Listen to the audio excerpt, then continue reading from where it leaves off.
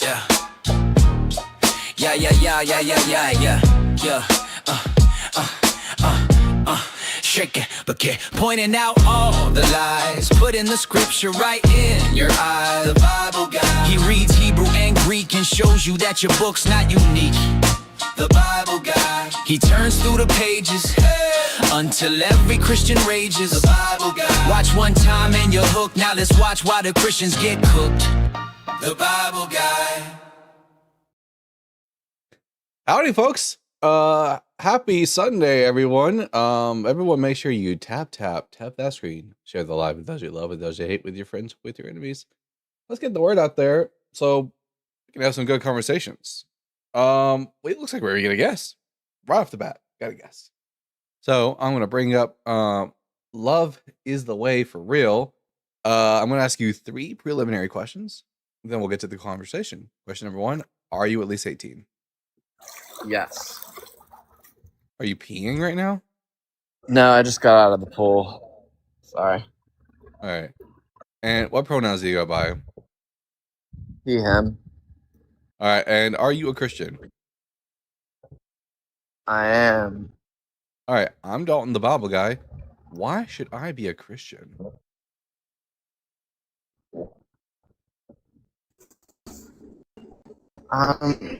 I think that the main message of the cross is self-sacrifice, love, things like that. And I think that humans tend to love tribalism. You're really cutting out. And a logical way to combat that is to... So you said that the main message of the cross is I think it's self-sacrifice. the The sad part is that the message is unnecessary self-sacrifice. The cross was completely 100% unnecessary.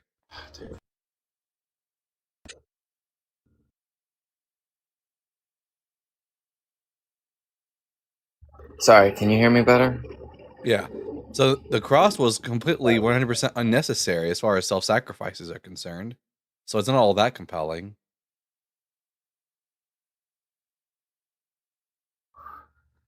Well, it certainly transformed Rome from a emperor as divine state to not worshiping the government as God. Of course, then the Catholic Church was married to power, and we ended up having the same problem. But that doesn't tell me whether or not Christianity is true. It just tells me that Christianity had an effect on the Roman Empire, not that it's true. Like, of course, a religion that's based on like monotheism and not worshiping human beings, if it is adopted by the Roman Empire, it would have the effect of no longer having emperor worship. That makes sense, but it doesn't tell me whether it's true. Do you think it's fair to say that if the majority of people adopted the axioms of love your enemy, it's better to give than to receive, put others above yourself, we'd have a better society? No, I don't think we should love our enemies. Absolutely not. Like, what if the Jewish people would have adopted that axiom in World War II? That would not have been good. Loving Hitler while he sticks you into a gas chamber? No, thank you. Well, I'm talking about that being adopted on a global scope. Yeah, no. And if it were adopted on a global scope, then you wouldn't have the Holocaust in the first place. Sure, but the Bible's more than just love your enemies, isn't it? It's also got a lot of nasty stuff in it that if we followed would be not beneficial towards society. So are you departing from talking about those axioms and them being beneficial? Are we pivoting? I'm just talking about what Jesus taught. You think Christianity should be based on what Jesus taught? Yes, he taught love. Well, did Jesus not teach his followers to observe and keep the law of Moses? Yes, what the law was meant to point to. Well, the ideal. Well, not just pointing to. It also, Jesus quite clearly says that if you want to be one of his followers, you have to keep those commandments. And those he said, keep these commandments, and then he proceeds to redefine parts of the law. Not really. I mean, he does what most rabbis were doing in the first century, which is like what's called building a fence around the Torah, where you take the base commandments and you add extra stipulations to them. But that's not unique to Jesus. But again, Jesus taught we ought to follow the law of Moses, and the law of Moses is horrible. Well, the law of Moses is implemented in an ancient Near Eastern society, and it's not presented as an ideal. Jesus himself says that. It is presented as an ideal. Well, that's not compatible with what Jesus says about divorce. He says Moses allowed that because your hearts were hard. So it's already being presented as this was given to you because you sucked. There's an ancient debate amongst the Jewish people as to what did Moses mean when he said that you're allowed to divorce, and some rabbis taught you were allowed to divorce for any reason whatsoever, while other rabbis taught you were only allowed to divorce in the case of sexual infidelity. And Jesus was just siding with one of those groups, because you are still allowed to get divorced in under Jesus, but only under sexual infidelity. So Jesus was just agreeing with one of the sects of his day. Jesus was placing the burden on the man initiating the divorce. Yeah, it's saying that he's allowed to divorce if there's sexual infidelity, which was the position of some of the Pharisees. Jesus said, therefore, what God has joined together, let no man separate. That was the argument that some of the Pharisees made. Well, so he's clearly not taking this binary stance. He's saying, look, if a man divorces his wife, he causes her to commit adultery. He's inverting the power. Unless there's sexual infidelity, in which case he is permitted to divorce her. And causing her to commit adultery. He's inverting the power dynamic. You don't cause someone to commit adultery if you are lawfully divorcing them. I understand that, but what the Pharisees are presenting is it lawful for a man to do it for any reason? No, that was one of the positions of the Pharisees. So the Pharisees were not a monolith in the first century. The Pharisees had mostly two camps dividing them. One of the camps of the Pharisees taught it was permitted to divorce a woman for any reason whatsoever. That was the position of Hillel, the school of Hillel. The position of the school of Shammai was you could only divorce under sexual infidelity. In this instance, Jesus is just siding with the school of Shammai over the school of Hillel. So, if your stance is okay, I shouldn't be Christian because the Bible what would you say? Slavery. Well, there's also a book of the Bible where a slave is told to be accepted as a brother, an entire book dedicated to that. A runaway slave. Yeah, so, a brother, but not being a slave. They're still a slave. Right. Well, if the Bible said all slaves rebel against your masters. Are you thinking about the implications of that? That's political revolt. Yeah, that would have been great. That's not really what the Bible's doing. The Bible would have been better off if it said, "Thou shalt not own human beings as property." But Yahweh's a-okay with it. Well, I would say that slavery back then compared to the transatlantic slave trade are two very different things. The only difference between the two was that one was racially based, while the other one wasn't. But under both, you're allowed to own them as property. You're allowed to beat them. So you're allowed to pass them on as an inheritance to your kids. The only real difference between them is that one is racially based. Roman slavery is fundamentally different. Slaves could own property. I didn't ask about Roman slavery. I'm talking about biblical slavery. Well, we're talking about in slavery of the law of Moses, which says you own them as property and you're allowed to beat them. I was talking about the Book of Philemon, which is not within that scope. But if you want to go to that, we can. Do you follow Roman law or biblical law? I follow the Bible. So the biblical law. So, like, if the Bible said one thing and Roman law said another, which one has more authority? In my view, the Bible.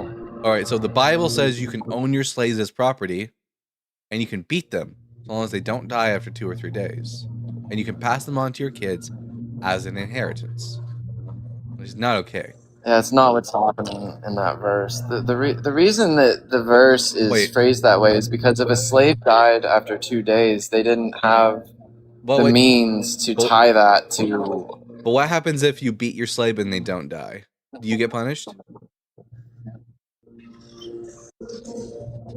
If you injure your slave, they are to be set free. It says that if Well, a slave loses if you a tooth, injure their eye or their tooth, but what happens if you beat them and you don't do that? Let's say you just like whip them on your back really bad and they don't die. I don't know. I don't know how that was implemented back then, and really neither do you. All right, yeah, well, I have no. We do. When a slave owner strikes We a male don't. or female slave with a rod, and the slave dies immediately, the owner shall be punished. But if the slave survives a day or two, there is no punishment, for the slave Right. is the owner's property. No punishment. It's because they couldn't tie the death to the beating because they didn't have modern Well, no, science. no, no, I mean, there's that's no- what's happening. No, there's no death here. The slave doesn't die in this situation. The slave owner beats the slave, and the slave doesn't die. And as a result, Right. there's no punishment because the slave is the slave owner's property. Again, you're framing it like it's this violent whipping. We just don't know how these things were implemented. I've Wait, tried wait. to find. What do you think beating someone with a rod is? What do you think beating a slave with a rod is? I don't know. You don't know. You're gonna plead the fifth I on this don't, one. and well, we don't know how that was I implemented think- and what that looked I like. think we That's know- just an objective. I think we know how slaves were beaten. Yeah, I think that you're using modern imagery and I think you're Playing it backward. ignoring. that I think- could be. I think what you're doing is that you're just not wanting the slavery of the Bible to be like transatlantic slave trade. So you're just pretending like, for example, that for some reason, with no good reason whatsoever, that slavery was somehow different under the ancient Israelites, even though there's nothing in the text indicate as such. Well, I think there's a couple layers here. I think one, it's a concession given to a fallen people in a fallen world. Two, The law of the I Lord is think- perfect according to the Psalms. Well, yeah, the law is perfect for what purpose it's trying to accomplish, which is Converting leading the to soul. Jesus. It's leading to Jesus because Well, that's the it's not. fulfillment of an ideal. That's the Within claim. the framework of the that is Bible. the claim the New Testament makes, but that's not true. Not actually pointing to Jesus. There's nothing in the Torah that points us to Jesus. Nothing in the entirety of the Old Testament that points us to Jesus. Well, I mean, the suffering servant, Which is not- Psalm which is- 22. No, neither of those. Well, in your opinion, in your view, Well, no, just like a clear reading of the text would lead us to believe that the suffering servant is referring to the righteous remnant of Israel. Can't be anyone else. right? Exalted Father. No, That's the referring servant to- is not an exalted father. He's exalted to the Father, which is, again, that's meant to be the people of Uh-huh. Israel. The language just doesn't support that, especially when you broaden your Yes, it scope. does. Yes, it does. It In your absolutely opinion. does. No, In not your in my view. not in my opinion. Like Okay. you, for example, would you ever refer to a singular individual as a they in Hebrew in the plural?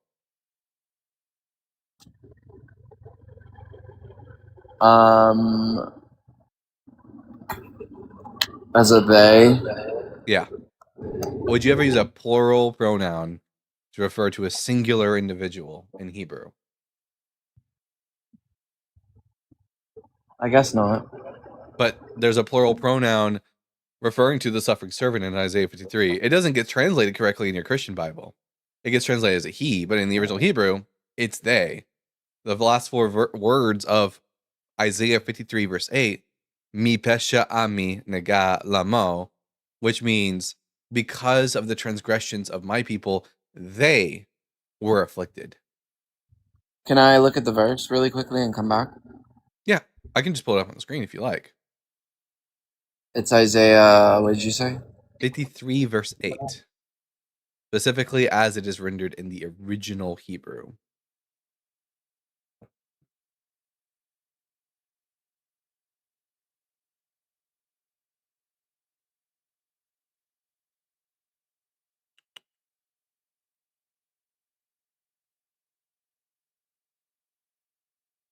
Says he that he nigzar me'eretz chayim, for he was cut off from the land of the living, mi pesha ami nega lamo, because of the transgression of my people, the affliction was to them, not him, Yeah, so them. so I'm seeing that can refer to a single referent, and whenever we look at the other verses, it's Where? overwhelming. Where else does Lamo ever refer to a singular individual in the scriptures?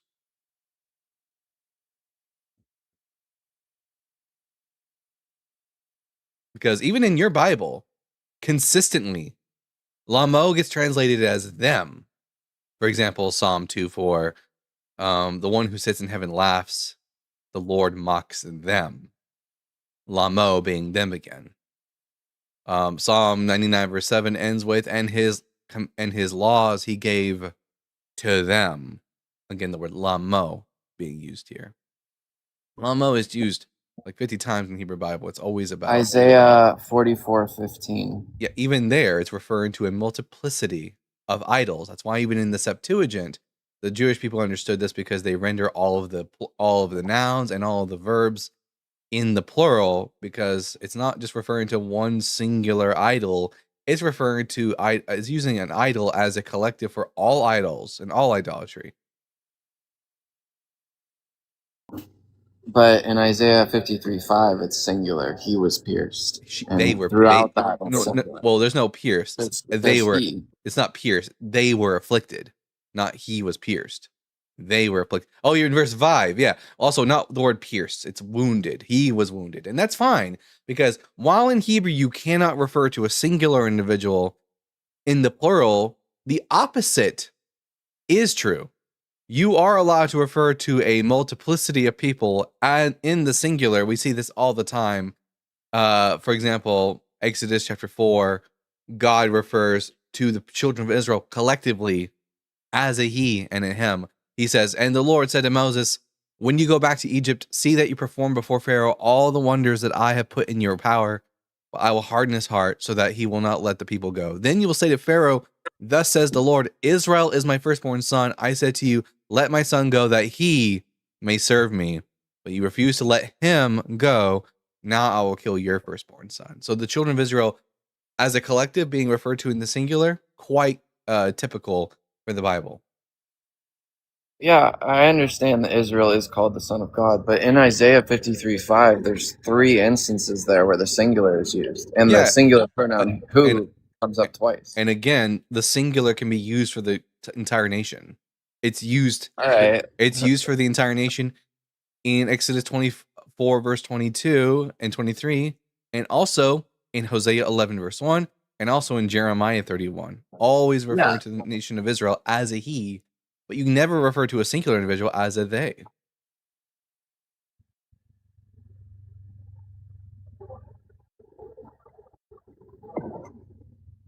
Do you think context is important?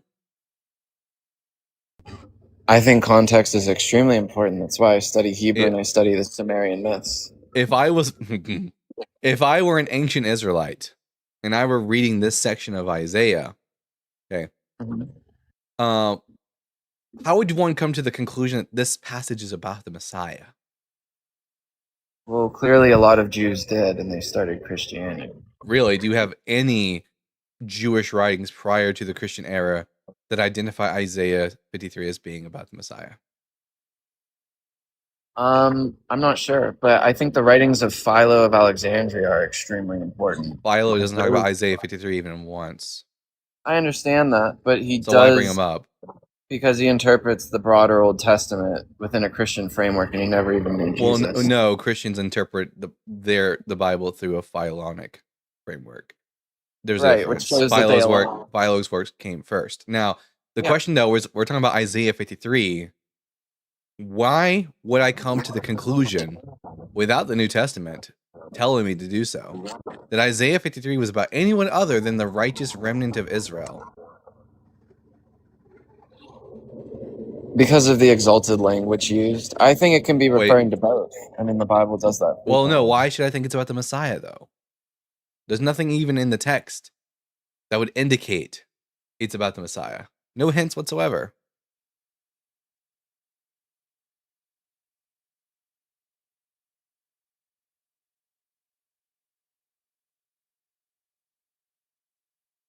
ChatGPT or Grok. It's one of them. Hello. I think it's a cumulative case, and whenever you look at the chapter, it What can refer to Jesus, in the and a lot of what in the chapter would indicate to the audience that this is meant to be the Messiah? he bore our suffering. He will be called Prince Everlasting. Whoa! Where in Isaiah 53 does it refer to him as the Prince Everlasting? I might be jumping around Isaiah, but Yeah, no, we're talking about Isaiah 53. Here's actually, I keep forgetting to do the test. I will do the test right now. Before we continue talking about Isaiah 53, I'm going to give you two sentences, and I want you to tell me the difference between these two sentences. Okay, I went to the store versus I will go to the store. What is the difference? one is speaking of a future action, one already happened. When I read the description of the suffering of the servant of Isaiah 53, what tenses are being employed? Seems like past. Which would tell me what? If we're just reading the text plainly for what it says. Is Hebrew prophecy telescopic? Telescopic? What do you Yes. think? What do you think that means in Hebrew It grammar? means that there's multiple. It's not a grammatic claim. It's that Hebrew prophecy has multiple layers to it and refers to multiple things. That is a theological claim that you won't be able to back up from the text itself. We understand that as a cope. That if the text doesn't say what I wanted to say, we'll just say that there's layers to it, so that we can make the text about something that it's not actually about. So you don't think that the Bible is describing archetypes, patterns? Of course, it talks about archetypes and patterns, but that doesn't mean prophecies have dual fulfillment. Again, I mean that's your take. I think this happens throughout the Bible. Give me a good reason from the text to believe that that should be the case, without just appealing to, well, the New Testament says so. Of course, the New Testament would say so. But what in the Hebrew Bible would lead me to believe that prophecy should have dual fulfillment? Because once you have dual fulfillment, then you have the problem that you can make prophecy be about anyone or anything. I suppose it still has to line up. No, then Isaiah 53 doesn't line up with Jesus, because it refers to the suffering servant as having already suffered, being referred to them in the plural, and says they have kids, and Jesus didn't have kids. Hey, I mean, maybe you're right. You could be. Maybe you've figured it out, and maybe for me, when I've read Isaiah 53, I see Jesus. Maybe I need to go back over. Well, that's because you start with the Jesus story, and you read Isaiah 53 through Jesus-colored glasses. But if you had never heard of the New Testament, never heard the story of Jesus or the claim, you wouldn't come to the conclusion that this was about the Messiah. Well, I mean, I disagree completely. When I started to read the Bible, I was trying to disprove it and disprove Jesus as the Messiah. So wait. Were you aware of the Jesus story before reading Isaiah 53? Yes. That's what I'm talking about. If you had not known the story about Jesus or the archetypes, would you come to the conclusion that Isaiah 53 was about the Messiah? I don't know. I don't think you would. Maybe. I don't think you would. There's nothing in the text. There's nothing in the text that leads us. It doesn't say anything about it being a king, a descendant of David, or ruling. It doesn't give us any of the textual indicators of messianic passages. It just describes a servant who Isaiah has already told us 6 times is Israel, and then tells us that the servant has already suffered, and that they will be exalted, and that they will have seed, and that they are they. Well, if I am correct, and it is referring to Israel and Jesus at the same time, past tense does make sense. Doesn't make sense. Prophecy doesn't use past tense to talk about the future. If you want to see how prophecy actually functions, look at an actual messianic prophecy, like Jeremiah 23, which only uses future tense to describe the future, as you would. So what would you say about Psalm 22? What would you say about that? Psalm 22 verse 1 tells you who the psalm is about. Yeah, but the issue with that is if it's about David, Mm-hmm. why does it say you'll be called a priest forever in the order of Melchizedek? That's Psalm 110, not Psalm 22. Which one are you wanting to talk about? Well, are they both about David? Yes. So why is David called a priest forever in the order of Melchizedek? Yeah, the psalmist is like exalting David, using very flowery language, because David already functioned like a priest, as did his sons. We see it in the Hebrew Bible that they had priestly duties. So him saying that you will be a priest of order, and then the translation is it meaning the order of Melchizedek? Well, it doesn't use the word order. It uses like it uses the word devar, which means word, and other translations have rendered this as according to my word, you will be a priest forever. According to my word, a righteous priest. I mean, a righteous king. So in your view, there's no argument for Jesus being the Messiah. It's all just taken. I'm actually working on writing a book right now because Christians claim that there are over 300 prophecies that Jesus fulfilled. I have the list. Jesus doesn't fulfill even one prophecy about the Messiah in the Old Testament. Not even one. According to you. Yeah, I mean, okay, here, let me save you some time. Stop saying according to you. We all know that this is according to me. That's just wasting time. Right. But like, I know it's according to me. I'm the one saying it.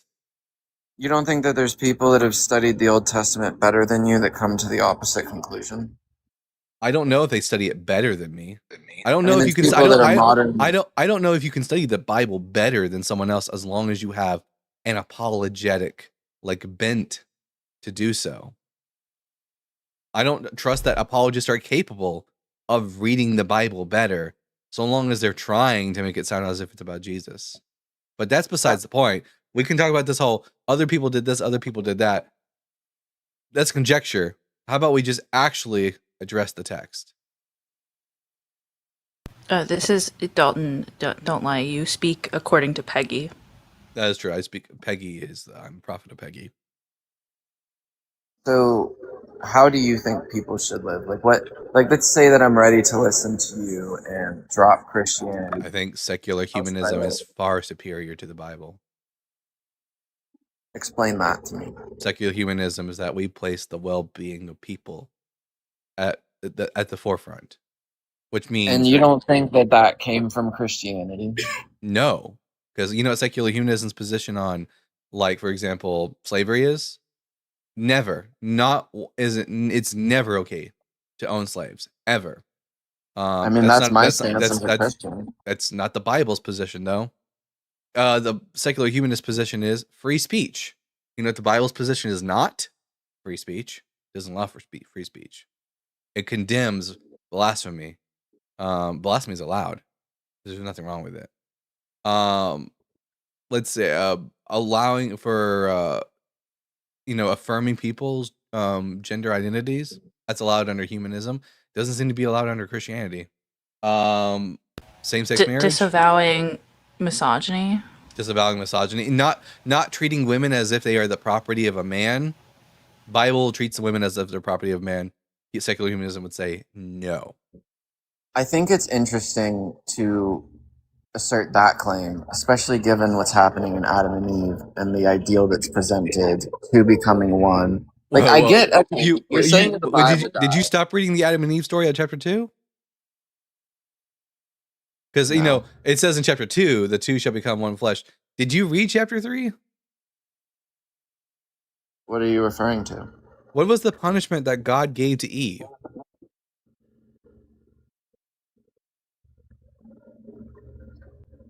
It's in verse 16, Genesis 3:16.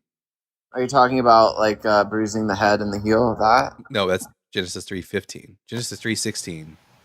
To the woman he said, I will make your pangs in childbirth exceedingly great. In pain you shall bring forth children, yet your desire shall be for your husband, and he shall rule over you. Good luck, by the way, trying to say that it's not misogynistic. Have fun with that. Really, if you could do it, I'd be proud. Well, for me, I'm looking at it like this. I know that in the ancient Near East, a woman would become a part of a man's household. So whenever I'm reading in Genesis, the man will leave his father and mother so be united to his wife. That's a slave is also a member of someone's household. Yep, exactly. Right, but the point is that the man leaves the household of his father and mother, and, And is then united to he his goes out wife. and he buys a woman. He purchases a woman from her father, and she becomes his property. Again, you're jumping ahead to what's happening with Israelites, but Eden is presented as the ideal. And, And well, in Eden, it was to say, "Vehu yishmal bach," and you shall, and he shall rule over you. If the Bible basically says 50 shekels, little man, put that woman in my hand. Let's be honest. Yeah, the Eden story presents women as being the subject of the rulership of a man. Well, what if I said that's just pointing out the fact that men are physically stronger, not necessarily saying, oh, a man should dominate a woman. But There are plenty of women who are stronger than me and you. Y'all want to fight Right. Ronda Rousey? I'm not Yeah. saying all women are. But I would weaker just than say men. that's just the Acknowledging misogynistic perspective of ancient Bronze Age people. Of course, I they would mean, think that. it's objectively true that men have a stronger phenotype, whereas women have a stronger genotype. I mean, Except for the women that are stronger than you. Wait. right, I get that. Should those women rule over their men? What does that have to do with anything? Like, this is how you get racist too. Yeah. Like, you're just making an argument for fucking eugenics at this point. Do you realize that that's what you're doing? No, Certain I think genes what's happening stronger. here is that points of the Bible are being picked and chosen to fit your narrative. If I'm pointing out the other part. what should No, if you're not talking. If a You're woman not. is physically stronger than her husband, should she rule over him? Again, that's not the argument I'm making. No, I'm you're making saying the you're argument. saying that men are stronger than women, therefore that's why the men rules over the woman. But what if a woman's stronger than a man in a relationship, physically stronger? Should she rule over him? I'm not saying that men should rule over women because they're That's what the stronger. Bible. That is I'm what you saying said. perhaps the Bible is pointing that out. Is all. In the Do you same agree way or that it's wait? Do you pointing agree out or physically disagree that. with the Bible on that position? I don't know. I'd have to look at the verse and see what it's really saying. You're making the claim. I just read the verse to you. Yet the urge shall be for your husband, and yet he shall rule over you. Vehu Alright. yishmal bach. Can I look at the verse for a little bit? What depends on what for a little bit means. It's just one single verse. I don't think you need all that long to read it. Well, I'm going to look at the Hebrew. I'm going to look at the context and see what it's saying about that. You're going to enter it into ChatGPT, in other words. I am going to use ChatGPT, but I'm not going to say. I'm not going to say, hey, ChatGPT. I fucking know it.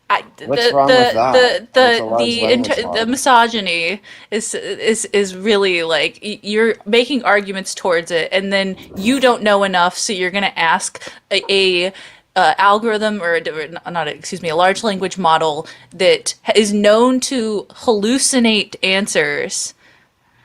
Yeah, you know that it's most likely because you're a Christian and you feed it Christian crap all over the time. It's most likely going to give you an answer that you want. Yeah, I can get ChatGPT to say some wild things I by understand prompting that, it. but I've I had to use correct it- my ChatGPT.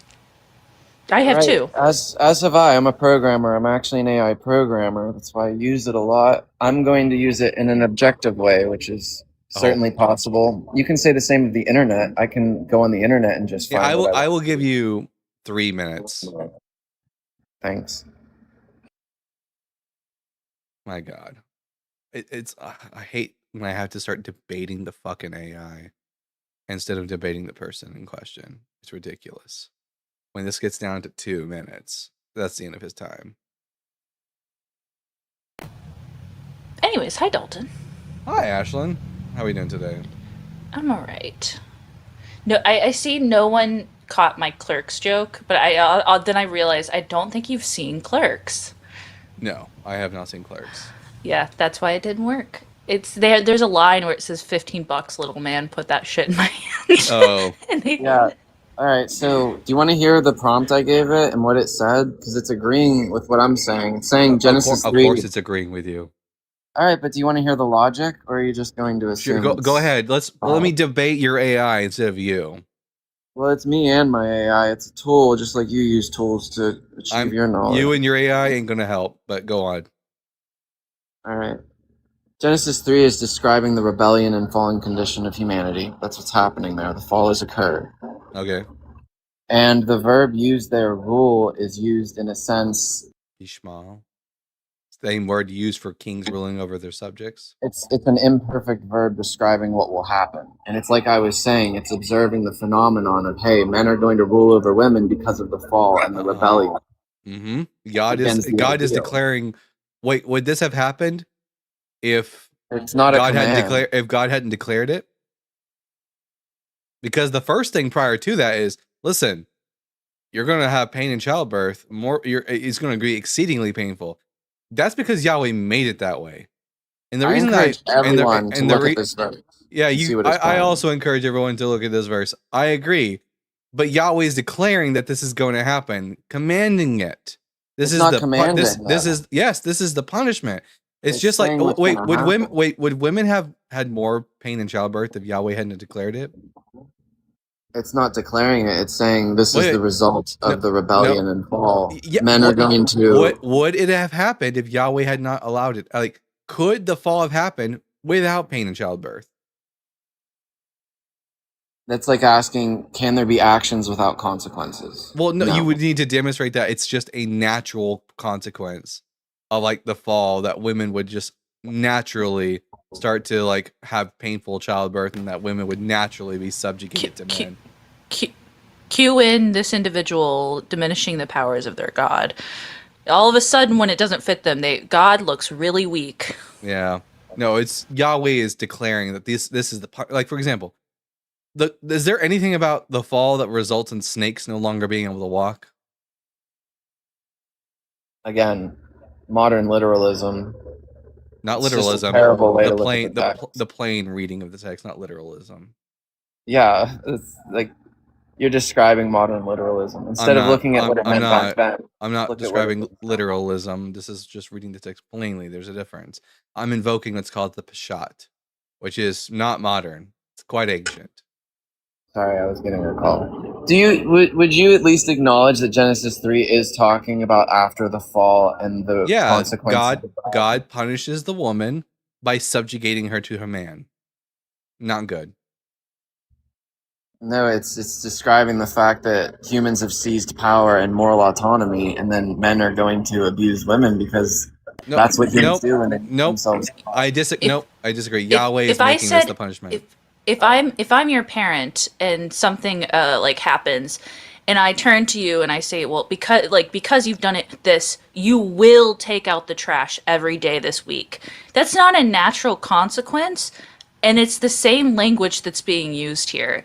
It is a parent in this analogy saying, okay, there is going to be consequences, but this is what you're going to do. This is what's going to happen. It's the same language. You can try to reframe it as your God being weak and not your God made everything. If he's saying in the future too, like, it makes no sense that you're sitting there going, well, it's just a consequence. Well, who the fuck made the consequences? Yahweh. God. Yeah. But Well, verse God 16, made everything. Verse 16 begins with Yahweh saying, Arbe, I will greatly exceed your pain in childbirth. Not, it just will happen.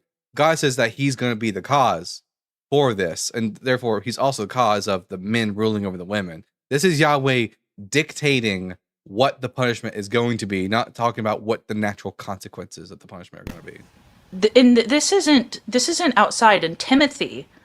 In Timothy, it says that because Eve was the transgressor, like that is why that women must remain silent and submissive. The other parts of the Bible affirm this understanding of Genesis. My understanding is that there were teachers that Paul had that were women. Is that not true? Well, that's because Does that's it- that's because that section Does it- wasn't actually written by Paul. Does it redact the fact Okay. that Timothy says? It's like in Timothy it says this? Yeah, Does that like pseudo-Paul. change what the... Yeah, pseudo-Paul. That's what I nicknamed. Pseudo-Paul is very misogynistic. Yeah, does it change what Timothy says? Like all of a sudden you're like, Paul had women, so he could say, yo, Well, I bitch, think get in the kitchen. it changes the strength of your interpretation for sure. If there's doesn't. teachers under him that are women, I mean, it's No, really not. all that demonstrates is the Bible is inconsistent, which we already Yeah. agree with. It's not, there's no Well, univocality in the Bible. again, I think it's you're the Bible guy, but you're just flattening everything here. You're not talking about who Paul's writing the letter to, the context for this. I fact did. that he has a female Did I teacher. not point out that the passage that Ashlyn brought up was pseudo Paul? I'm aware of the text. Paul himself was very pro woman, despite what the Torah says, because we know that actual Paul wasn't very pro Torah. Pseudo Paul, though, who is the author of 1st and 2nd Timothy, very misogynistic.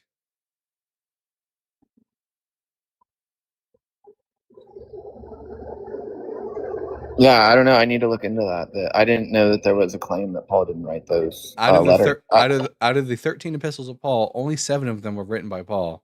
The rest were written after Paul's death. And this is the consensus view amongst biblical scholars. That's why that's why they're called the 7 authentic epistles of Paul. Yeah, I'm gonna look into that after this. That's interesting. Although Philemon is debated, so it's either 6 or 7 letters of Paul. 6, 7. I hate you. Yeah. But no, the Bible's not a good moral code. I hardcore disagree. I hardcore disagree with that, but that's fine. It's good that we can have these discussions. I think that you have some strong points, but you're leaving out the equality that is occurring in the story of Adam and Eve. The equality was done away with as soon as Adam and Eve ate the fruit. But if there was one. The thing is even that, like what you're saying, that means that Genesis is presenting an ideal where men and women are equal. Although so everything there's nothing really in Genesis 1 or 2 that presents Adam and Eve as being equals, like socially. Well, it describes and statistically equal. Well, linguistically, the Hebrew words "man" and "women" don't occur until the woman is made, right? So she shall be called Isha because she was taken from Ish. That's in Genesis 2. Yeah, and then that links back to the man and the woman becoming one unit. Yeah, that has nothing to do with equality. Two becoming one, and human being two parts sounds pretty equal. That's about sex, having offspring. It's about union. It's broader than just about the man and the woman joining together to make offspring. That's what that's about. And in the New Testament, it commands men to love their wives in the same way Jesus loved the church. I'm sorry. Are you not a slave of Christ? I'm a servant of Christ. No, slave. Doulos. The Greek word doulos. The word that's used by Paul to describe himself. I'll be a slave. I mean, to God. Yeah, a slave to love. You're a slave. Sure. You're a slave of Christ. Women are a slave to their husbands. Jesus is able to punish you getting out of line. I think that acting like the New Testament encourages can men Jesus to be their wives? Can Jesus? Wait. You said that husbands ought to love their wives the way Jesus loves the church. In the scope of Jesus loving the church, does Jesus punish the church for doing wrong? Jesus guides the church. Does he stop trying to run away from it? Does Jesus punish anyone? Yes. Okay. If Jesus punishes members of the church for getting out of line, and husbands can love their wives the way that Jesus loved the church, you don't see how Christian men could use this as a justification, and rightfully so, that they can punish their wives? Anything can be used for anything, but the verse is talking about Christ's sacrifice. There's nothing in the text that would indicate that this is not allowed. Do unto others as you would have them do to you. That doesn't indicate that. A man could easily justify that if I was in the wrong, I should be punished. Therefore, since my wife's in the wrong, she should be punished. Yeah, I mean, truth gets used and warped to fit all kinds of narratives, but that doesn't reflect the actual... Like the Christian narrative, I agree. Yeah, Christian institutions have warped Christianity to serve their own needs. The way that the New Testament warps and changes the Old Testament to fit its narrative. Yeah. In your view. No, again, we know it's my view. Fuck. I'm just reminding the audience. Yeah, the audience agrees with me. That's the thing. Yeah, they understand that I know the Bible better than most Christians do. I don't know. Wait, You're wasting your wait, time doing that. wait, but Doesn't seem like you understand it. we're I on do Dalton's understand show and we're talking about Dalton's View. What? crazy. I didn't know this. Thank you, guest, for pointing this out. Actually, And I understand the Bible just fine. Just fine, bud. We can agree to disagree. I mean, I think No, you clearly have great knowledge of we it. But we don't do that here on this channel. We don't memorizing things and we don't understanding. we don't agree to disagree. I don't just memorize things. I understand them. So, do you think there's no one that has studied the Tanakh better than you that disagrees with you? Sure, but are they dogmatically bound to certain positions? Okay, are you saying that everyone that has studied better than you that disagrees with you? I think that I think that someone studying a lot, but also holding to the dogma of biblical inerrancy is going to sway their reading of the Bible, which is why on this channel we place data over dogma. I think that you make some strong arguments, but I think there's know I also do. some arguments against what you're saying. I've yet You to hear. acknowledge those can arguments? can you I've yet to present hear them? Yes, I would love to Yeah, hear them. I would love to hear them too. Again. Are we just gonna we're like talking meta about- wine in the conversation and be like, listen, there are other people that studied and they disagree with you, so therefore I have justification. No, that's not justification. Like present an argument or not. You'd say in this conversation, I haven't presented any good arguments at all. No. Right, and that shows your bias. Because I talked to plenty of people on you can here. say that. The conversation's quickly becoming meta and boring as fuck. Yeah. Do you have anything of substance to bring now, or have we exhausted the scope of your like apologetic prowess? Well, I just want to say I love all of you, and this is the way. I don't love you. That's weird. That was gross. Don't love bomb us as if that means anything.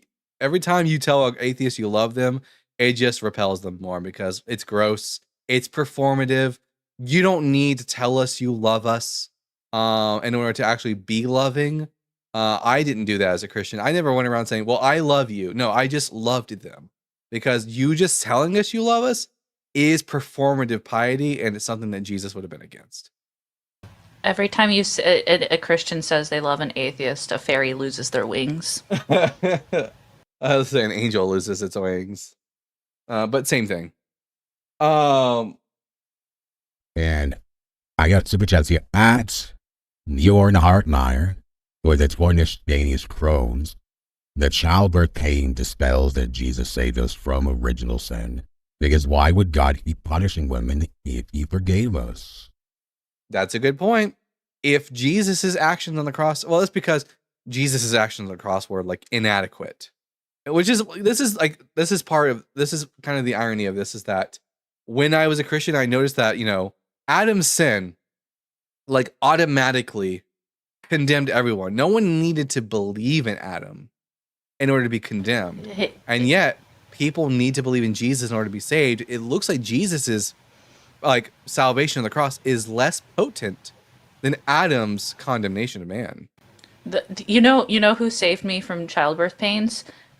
Whoever the fuck invented the epidural. That's my salvation. I was like, who invented the condom? That too. Yeah, that too. But the epidural. Oh man. At Space Lord of 75 with the $1.99. Childbirth is hard because we evolved our big heads. Yeah, that's the actual reason why childbirth is painful, because of the size of a woman's vaginal opening and the size of a baby's head. It's that simple. It used to be a lot simpler and easier, but we evolved over time. We got bigger heads, and it became a lot more difficult in the scope of childbirth. And at Bjorn Hartmeyer again with the 20 days Crohn's. Dalton TikTok chat is not shown on YouTube. Oh, stream. Oh, here, let me fix that for you guys. There you go. Now you can see the TikTok. Hi, people on TikTok. say hi to the people on YouTube. It's a little bit of cross conversation going on here. Start a war. Oh God! Yell at each other. Don't do Fight. that. Be nice. Chaos. Be nice to each other. All right. Everyone make sure you're tapping that screen. Share the live with those you love, with those you hate, with your friends and with your enemies. Let's get the word out there so we can have some interesting conversations. I'm Dalton the Bible guy, and I'm not a Christian. I called the Bible guy because I think I might know the Bible better than you Christians, but if you're more than welcome to come up here and give me a good reason why I should be a Christian. By the way, as you can tell, I got my super chat thing fixed. For the last couple weeks, I haven't been able to put the super chats on the screen, which has been very annoying because I had to like keep track of the super chats as they come in instead of them showing up on this little panel here. Turns out it was a very simple. I didn't have it on. The little switch wasn't on. What? You have to power something on for it to work? Normally I don't, but I guess it accidentally got flipped off somehow. I don't know. Also, I will be starting a schism between the TikTok and the YouTube, and this is just purely on Justin's behalf since you started a schism. God damn it. Just I will plant that seed. Don't y'all fucking dare. What the fuck is someone going? He wants to travel to America. Will Trump give God incarnate a visa? Probably not, because Jesus would be brown, and American Christians typically don't like brown people. Jesus is the Father of the Holy Spirit. That's not even biblically accurate. That's not accurate. Jesus didn't have any kids, including the Holy Spirit. The Holy Spirit existed before Jesus was even incarnate. So that doesn't even make any sense. God is great because he's the creator of the heaven and the earth. Well, no, he's not. He doesn't even exist as far as I'm aware. One second. I can't stand the quiet. So Oh, I can yap. I'm good at that. don't give our Christian men any ammo. But I kind of like it when they come up and say wild things and I just laugh. Like, it is entertaining to be like, oh, little man. Yeah, you're so big and strong. Yeah, you can be a Superman one day. Oh God. All right. I really want to know about Peggy. Well, she if you want to really know Peggy, you have to engage in the act of anal play. That's the best way to like know Peggy directly, is to let her feel your girthy goodness. Jesus created the Holy Spirit during his water baptism. Well, that's a nifty trick, considering that according to the Bible, the Holy Spirit existed prior to Jesus' baptism. Mr. Super Cool, what the fuck are you on?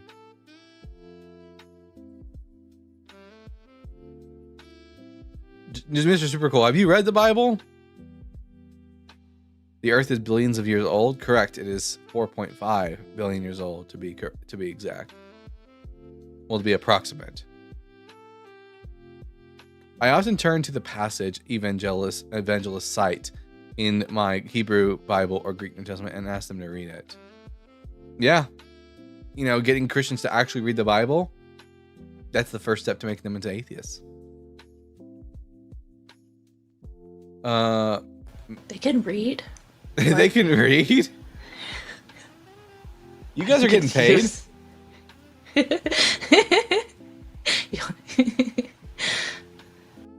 You have to be willfully ignorant to believe the Bible. No, there was a time when I believed the Bible and I wasn't willfully ignorant. I was just indoctrinated, and I like educated myself out of it though. Dalton, is Peggy and you now? Not right now. The mode of inspiration is sitting on my nightstand. I only believe in the Quran. Well, then you're just as silly. You're just as silly, if not more silly, than the Bible believers. I think regular ignorance got more of us than willful ignorance until we learned more. True. Yeah. At least that's true for me. Bjorn Hartmeyer over here on the TikTok chat. If the Holy Spirit did not exist before Jesus' baptism, how did it make Mary pregnant? Precisely. Also, yes, justice for Aisha. Get some justice for Aisha stickers in the YouTube and TikTok comment section. And sorry, my brain just, it does it all the time. For everyone on the YouTube, make sure you go up and you hit that like button. You share the live with friends. Send some super chats if you can, because remember, y'all are the ones supporting the channel and make this possible. And then on TikTok, there are only 12.9k likes. I know y'all can do better. And I am your disappointed father right now, telling you to tap that screen, share out the live, repost, send your daily heart me's so we can get conversations with Christians in, because right now they're all a little scared. Yeah, get us up to 50k likes, everybody. Mary was with the child of the Holy Spirit, not by the. That's what that means. To be with child of the Holy Spirit means that the Holy Spirit knocked her up. That's everyone's known that for 2,000 years. That's what that means. That's just what that means. I don't know what to tell you, bud. The Holy Spirit, apparently, according to the Gospel of Luke, the Holy Spirit overshadowed her and impregnated her. You were taught wrong. I wasn't. You're just another like biblically illiterate Christian, but to like a greater degree than most Christians are. Speaking of super chats, one moment. Let's see. I've got so many tabs open. Oh, fuck me. Here we go. At Space Lord of 75 with the $1.99. Ashlyn, did he just say making fuck? What? Wait, who said making fuck? Am I reading this right? Ash, as a quoting you, it was saying, did he just say making fuck? I want to get this. I know I can get this. I have the ability. I need some help though. I don't have my laptop up, so I can't see the YouTube chat. So someone help me. Mr. Super Cool, nope, I didn't lose my faith. I lost my faith because I know the Bible better than you do. Oh, this is a reference, and I'm trying to remember what the reference is. I know this reference. Okay. Oh geez, I'm not gonna get it. Hold on, let me look it up. Anyways, did any of you notice the miracles? Where? No, I didn't notice any miracles. It is from Clerks, because when he said that, I was like, I know that quote, and I was like, I think it's from Clerks. It is from Clerks. Today with God is 1,000 years of what you count. That's not how that works. You're misquoting the Psalms. Christians. Come on up. Let's have a conversation. And don't forget, everyone, that after the show today, we will be doing office hours questions, where if you're on the TikTok and you'd like to come on up as a friendly and ask your questions, or ask me questions about pretty much anything, you're feel free to do so during our office hours. That's after the show is concluded. I also think that we all need to pressure Dalton to include the YouTube in guest somehow, either via Discord or Video Ninja. Okay, well, here's the thing, though. If I do, the person who's as my guest cannot talk on TikTok, because when I get guests talking and trying to talk over the people, one of the reasons I stopped doing it is because my people who are on TikTok kept trying to be part of the conversation, and it would give me a headache. Yeah, you need to. There's a way to fix that, though. Yeah, I don't know how to fix it. I believe in you, Dalton. You've come so far in technology. You can figure this out. No, I cannot. God created the world in 6 days, and on the seventh day He ascended the throne. No, we have no evidence of any of that being true. Squore Falston, would you like to come up and talk to us instead of saying random stupid shit in the comment section? Just FYI, everyone, Dalton won't do this because he actually loves TikTok more, and this is where the schism begins. Oh my god. Mr. Supercool says, I'm the two witnesses from Revelation. Here, I'm just going to mute you because I think you might have something wrong with you. If you're starting to make the claim that you are the characters from the Bible, there might be something wrong with you. There might be Just- some mental unwellness there. Just saying, as the mediator, the diplomat between the pagan and atheist communities, I will say that if there is a great schism in the community, the pagan community will have to come in for humanitarian missions to make sure that there is no true fallout and destruction occurring. Just God. like Oh my gosh. Where the violence will be unfathomable, Farrison. So we may need this. At two-handed with the $20. Now that I know Peggy's worship requirements, I'm going to do what I did in Christian school. Church. Sit in the back and watch. Also, hashtag HRVD. Is this a new HRVD? What is HRVD standing for? In the YouTube comment section, Two Hand Dan, tell me what, or anyone, tell me what does HRVD stand for? High resolution video demand. Wow. good one. Also, that hi. was a good guess. Hi as well, and also voyeurism. We all love it. I know, You know. I love it. I'm all about watching. If is watching porn considered voyeurism? Kind of, sort of, yeah. I would say of a sort. Hard rockin' venereal disease, says Fern Love Bond. I hope not. When The Rock started getting venereal diseases, that's when we know that ending is truly drawing near. Human resources venereal disease. I was gonna say maybe there was some dyslexia with Rock Hard for Doug, but is that are they the same letters? Rock Hard? No, because there's the V. Doesn't make sense. B here says, thank you for Dalton for proving the Bible is true. Well, B, thank you for engaging in cognitive dissonance. I don't know what to tell you. I went into a Christian live 2 days ago, and I had the quickest crash out by bringing up one single verse, and that's Exodus 32. Do you know which verse this is? The changing of mind. Yes. Yeah. Quickest freaking crash out of all time.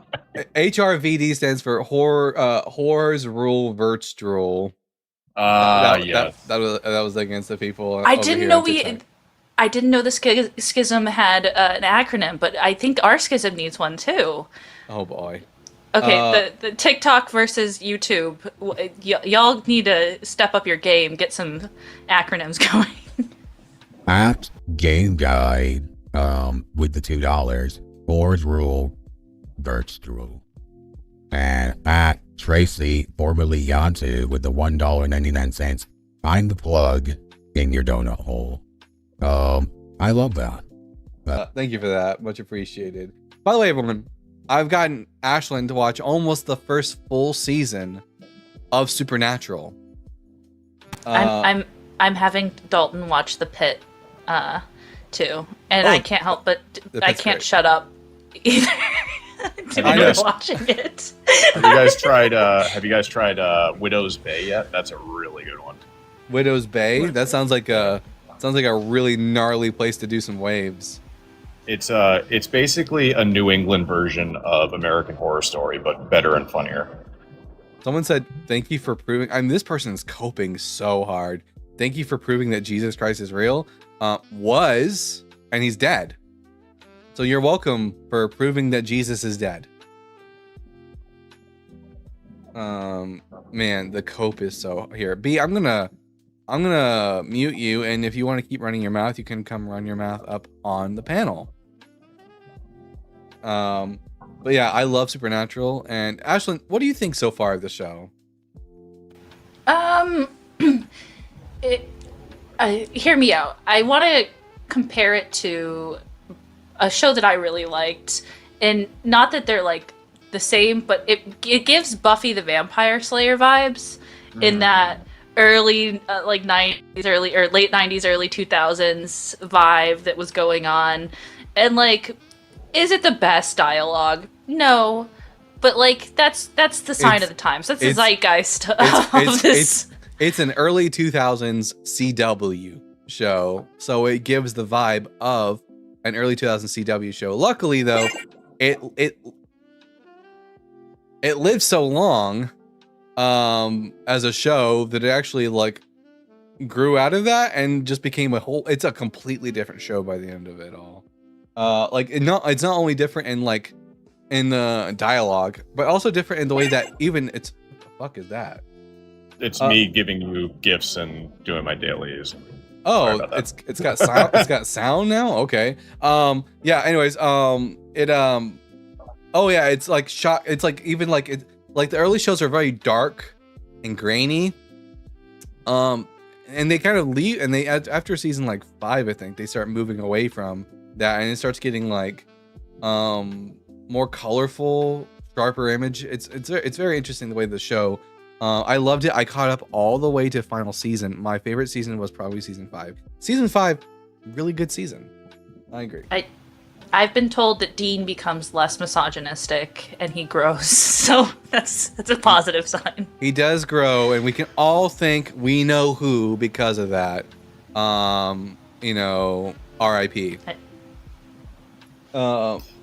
It does follow the 90s Monster of the Week kind of way of doing a show, And at Two Hand Dan with the $2, saying also Two Hand Dan equals Two Hand Dan.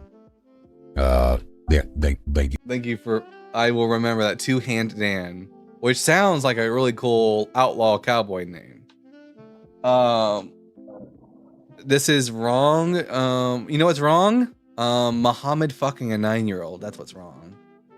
That outlaw too actually only had one hand, so it was a very ironic nickname.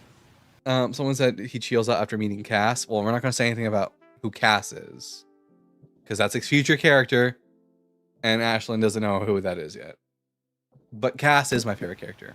No spoilers, guys. No spoilers. No mine is the psychic. Yeah, she loves Missouri Mosley, the psychic from season 1 of Superman. I wanted to keep her. Like, okay, that sounds weird because that's a black individual, but like, as a character, you wanted her to be as permanent. a character, add her to the, just come with the, continue on the journey. She would have been so funny. This is a funny comment. How could Muhammad bring us a scientific miracle and a scientific book? He doesn't. Muhammad says that sperm is located between the backbone and the ribs. The man was not scientifically literate. The only things he got right were the things that they already knew in his time. And the things that they didn't get right in his time is the things that he repeats. Like he says things about the earth being like having like a dome above it and stuff like that, like the Bible does. It speaks incorrectly about embryology. Yes, Two Hand Dan, hashtag justice for Aisha. If Jesus is not real, explain how you recover from your illness. I have white blood cells that help me fight certain illnesses. Did people not get cured from illness before Jesus came around? I guess not. Every single person that got sick all died. Alive, all of them. Massacre. What a weird thing for someone to point out. And a woman in the Quran 23. I don't give a shit how many times the word man and woman occurs in the Quran. What is it about Muslims not like on the days when it's open to everyone, Muslims don't want to come up, and as soon as it's a Christian only day, Muslims want to run their mouth in the comment section, or they want to come up and talk to me. I can't make sense of it. Because if you're anti-Christian, you must be pro-Islam. That's the way they think, it's just... Oh, God. I'm also anti your religion as well. Fuck Islam. They see... This happens actually in both for both sides. They see a vulnerable person who is deconstructing and be like, oh, well, you figured out this idea isn't true. Let me insert mine. You're an easy target. Ooh, yeah, that is true. That's a thing that Muslims and Christians have in common is that the people they like to evangelize to are generally people who are in a weak and vulnerable state. That is a sign of a cult, just FYI. That is even though there's not one consistent model in sociology, one of the factors that is known is the targeting of vulnerable populations and individuals. Yeah. All right. I guess I'm gonna do a restart on TikTok, and hopefully we'll get some brave Christians who actually want to come up and talk to us. So we'll see you all again in just a moment. Bye. Hello, TikTok YouTube people. So good to see you. Just you and me right now, having a little bit of one-on-one time. How you sexy beasts doing out there? All right. Everyone let me know in the YouTube comment section who your favorite supernatural character is.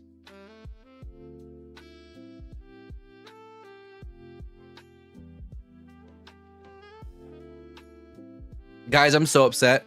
Yesterday, so Justin and Thinker were supposed to be on D-Evangelicals yesterday, and then Justin had to bail out for whatever reason he had. So they called on me, and I was excited to go on yesterday. And then guess what happens literally like 1 hour before I'm supposed to go on the show? A storm hits where I live. We're talking about hard rain and hail, and it knocks out my power. So that's why I wasn't able to show up on the evangelicals yesterday. All right. We have here Rain Rimura, 51%. I'm going to ask you 3 questions and then we'll get to the conversation. Question number 1. Are you at least 18 years old? Yeah, I'm 22. And what pronouns do you go by? She, her. And are you a Christian? No. Oh, are you a friendly coming up to ask a question? I actually didn't expect you to do the 3 questions. I expect you only the first 2. At first I was like kind of like troll and ask how you looked at the trees. I grew up Jewish and I'm an atheist now. I just wanted to like say hi and like yeah. Hi. I'm a bit of a troll sometimes. Sorry.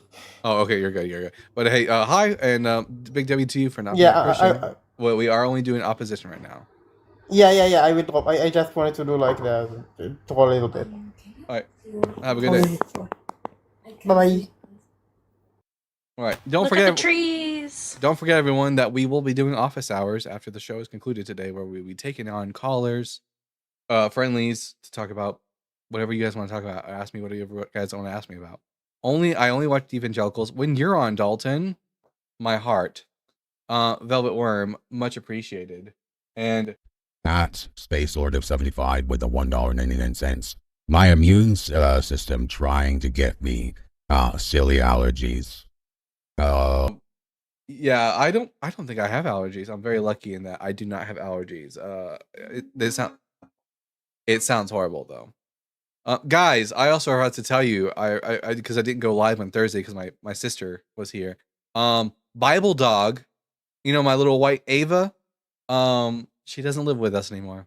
She moved off to Chicago to be with her mama, my sister.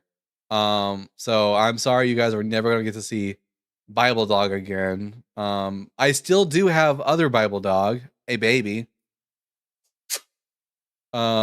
So here I'll see if I can get her in here so you guys can say hi to her. And I've been having to spend a lot of time with her because she misses Ava.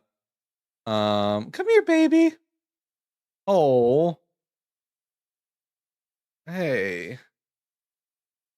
You miss Nini? Yeah, I know you do. No.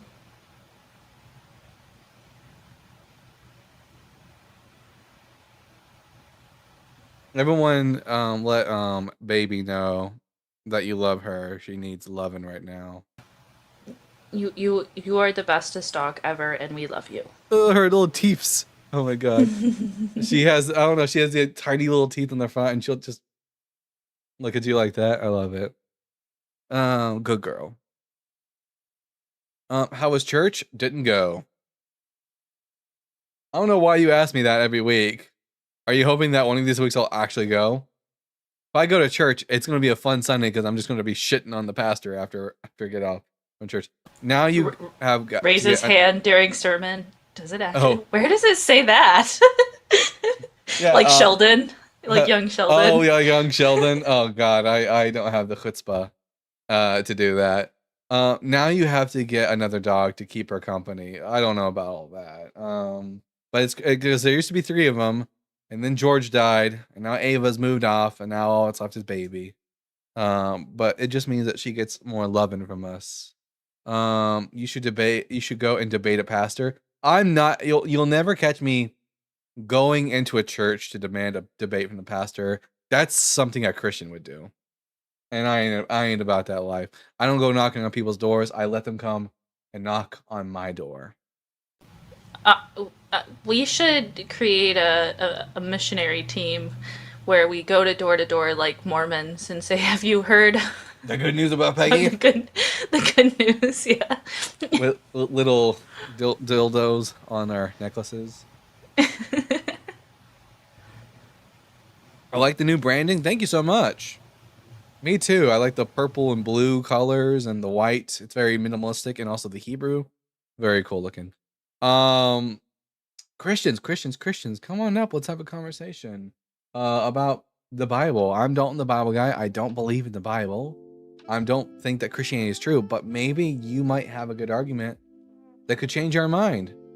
Tell me why I should be a Christian. If you're in here, make sure that you reposted this live stream. You do have to, after they restart, you do have to repost them. And then you're tapping on that screen, sharing out the live, sending your daily heart me. And remember, YouTube, you can help as well by hitting that like button. And if you would like to, send some super chats to show your appreciation. Everybody that sends in, also, we do appreciate you so much. You're the reason why this channel is possible.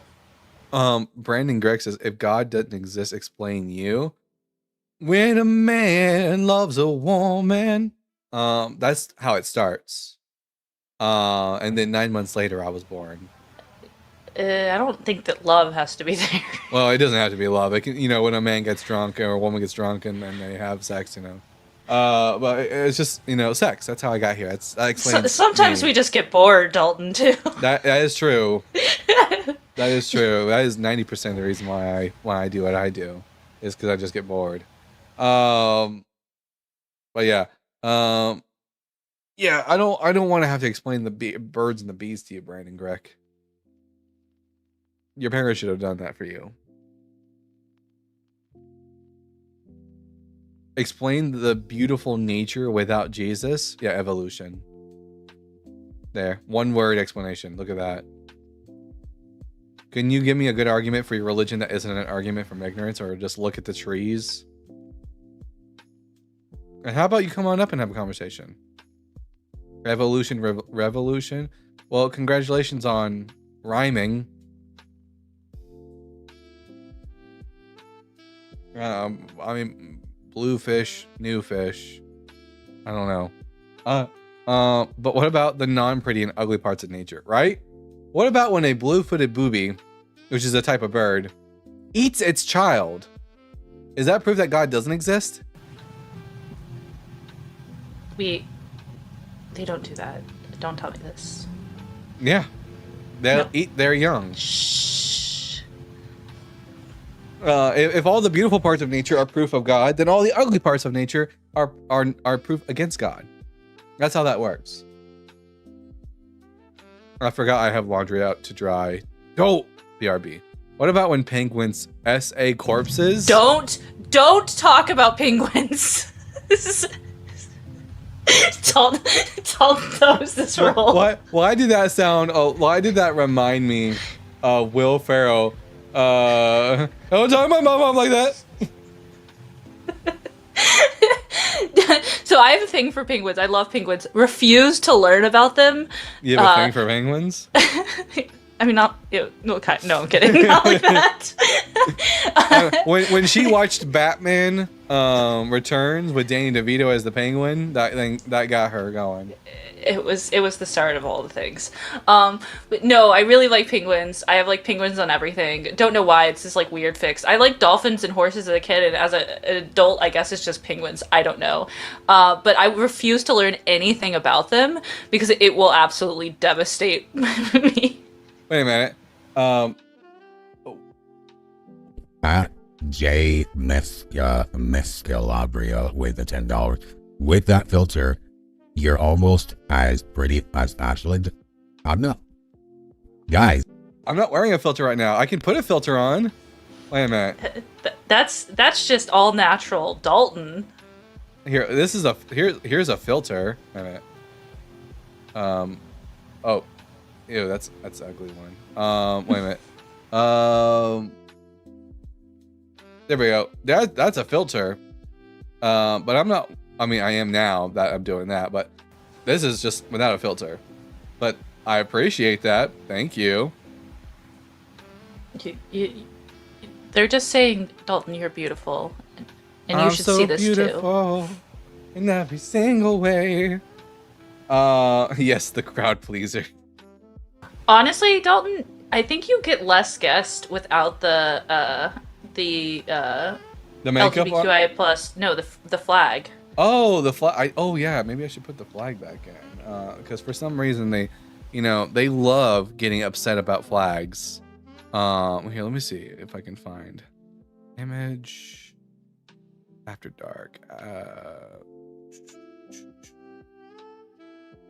New browser. Let me see if I can find that flag.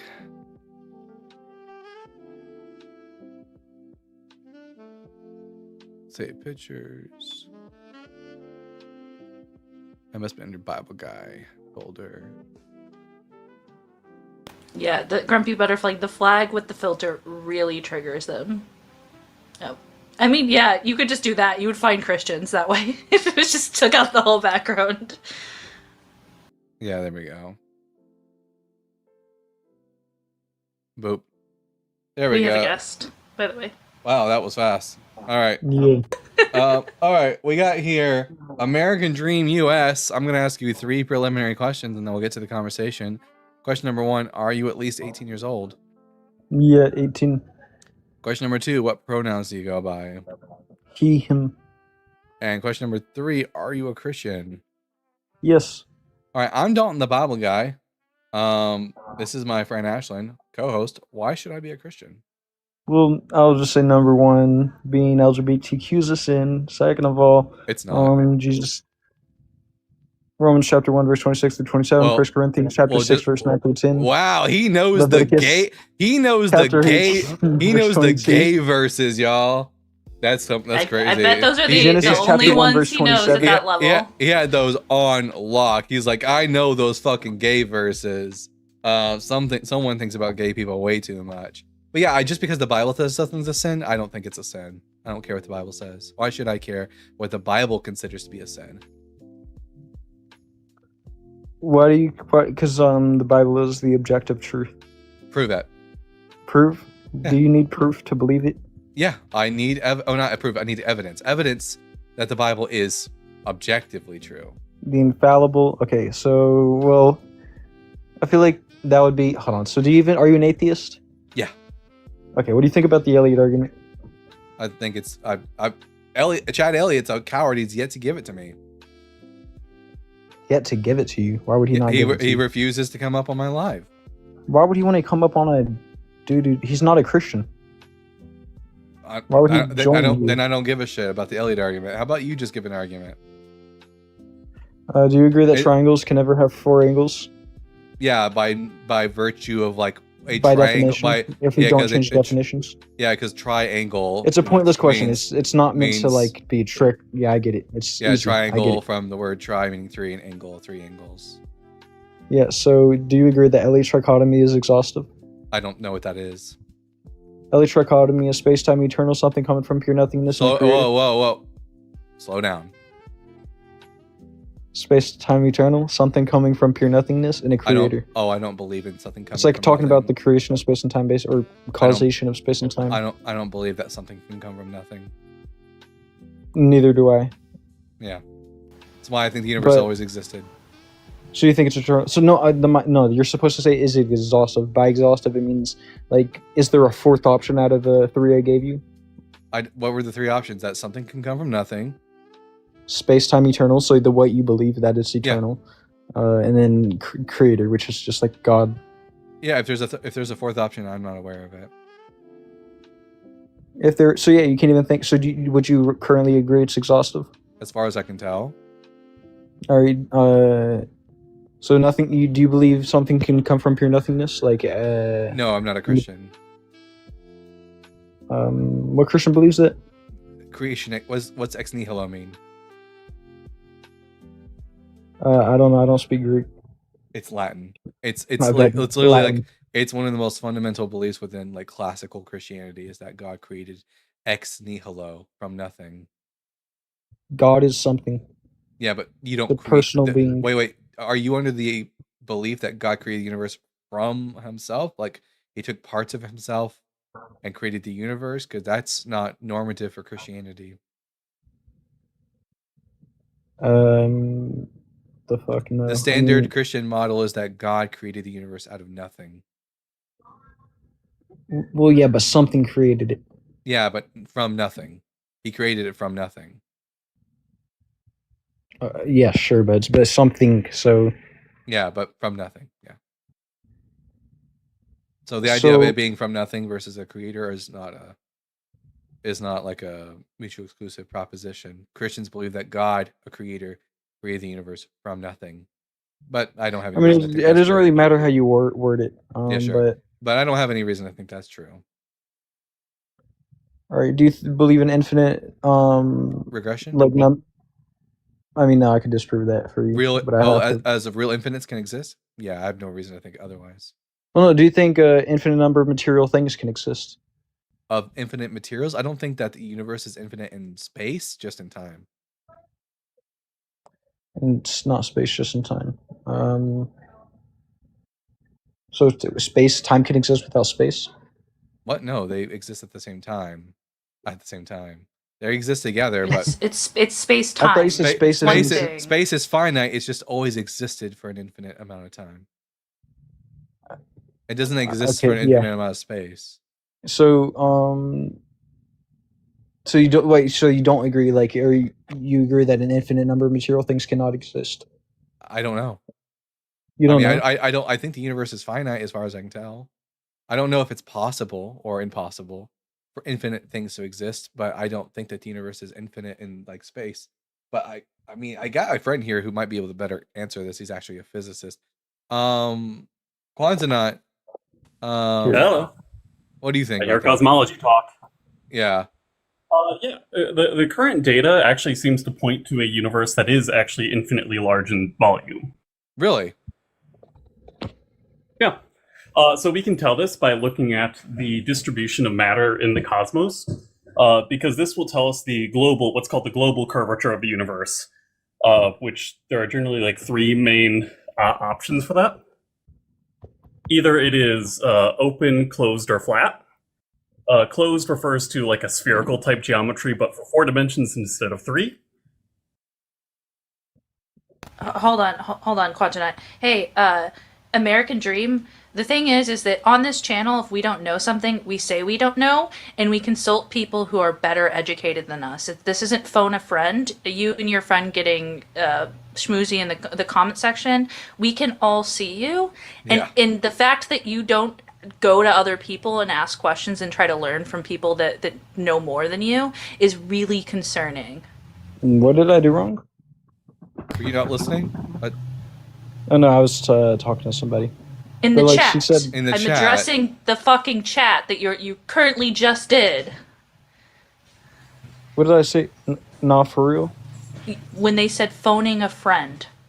Yeah, because I was in like wait, one-on-one. I wasn't phoned. I requested myself. Yeah, No, I didn't request Quantonaut. Oh, wait, is there anything It's in wrong the with mind. like not knowing something and then like consulting like an expert in a field?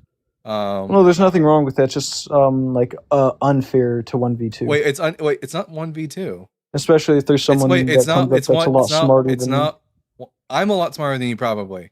So don't get all uppity about it.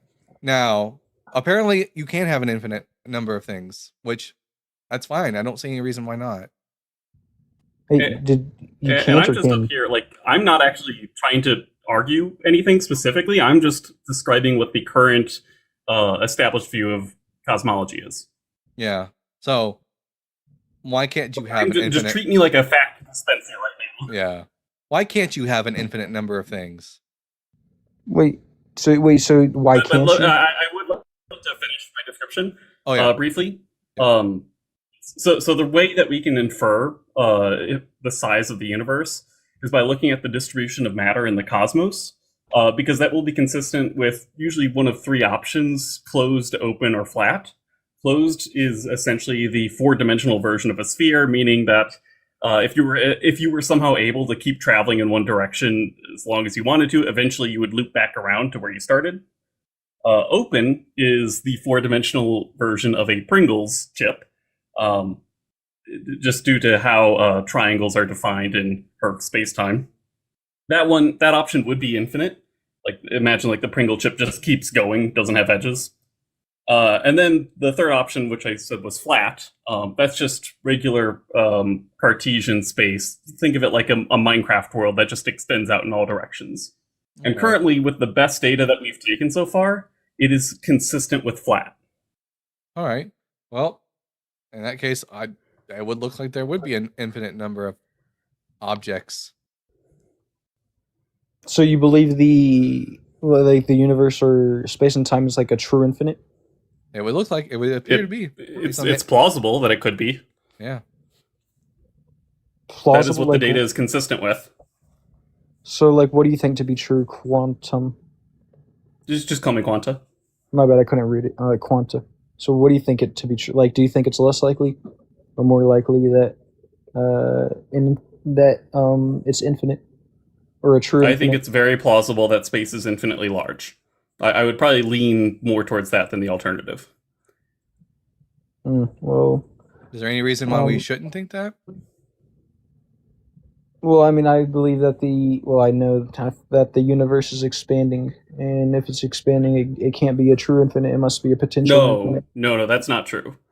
It doesn't need a boundary in order to be expanding. It doesn't need a boundary in order to be expanding? Correct. I never said it had a boundary. That's why it's a potential infinite. Well, if it doesn't have a boundary, then it's infinite. Wait, what do you mean by boundary? Like well, actually, you're right. If it loops back around on itself, then it's technically a no boundary method. But no, even in the infinite case, where it just keeps going off to infinity in all directions, that can still expand. It doesn't have to expand into anything. This is a common misconception. So you think even though it's expanding, it can still be a true infinite? Yeah, there's nothing inconsistent about that. It is a mathematically well-formed description. Well, okay. Well, either way, I guess I'll just have. There goes the script. Yeah, because you got some. I don't even know what most of the words he's saying. I'm not like a science nerd. I mean, you can ask. I mean, it was a lot. I am a person that you can ask questions to. I mean, I know, but it was like a lot of things I didn't know. What I don't understand, American Dream, is you come up like this is a sport, and that just tells me you're not actually after the truth.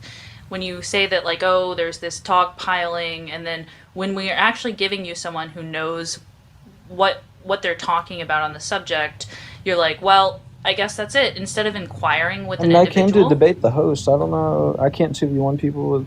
I can I could take on 10 Christians. Why can't you take on just 2 atheists? Yeah, and also, again, I'm not actually arguing right here. I'm just giving you the state of science. Yeah, he's not making it. He's just telling you what the consensus right now is on this, based on the sciences. And like when it comes down to it, like it's you again. This is just a sign that you're treating this like a sport. Like you're sitting here going, well, this isn't fair because I put this arbitrary rule. I've been up here the whole time, the entire time, and you're like, well, I came up here to debate the host. You just ignore the fact that I'm here too, and I would have been a part of this dialogue? You didn't even say anything. You didn't join in. Because there was no place for me to interject in the conversation. So why would I complain about someone who's not 2v1? Why would you complain about someone giving you new information? Yeah. Because he's knowledge gapping me. I don't know what he's saying. He said like a bunch of like. You can ask. My guy, that's why I'm here. No, okay, no, okay, never mind. You can ask questions. That is allowed, and in fact encouraged.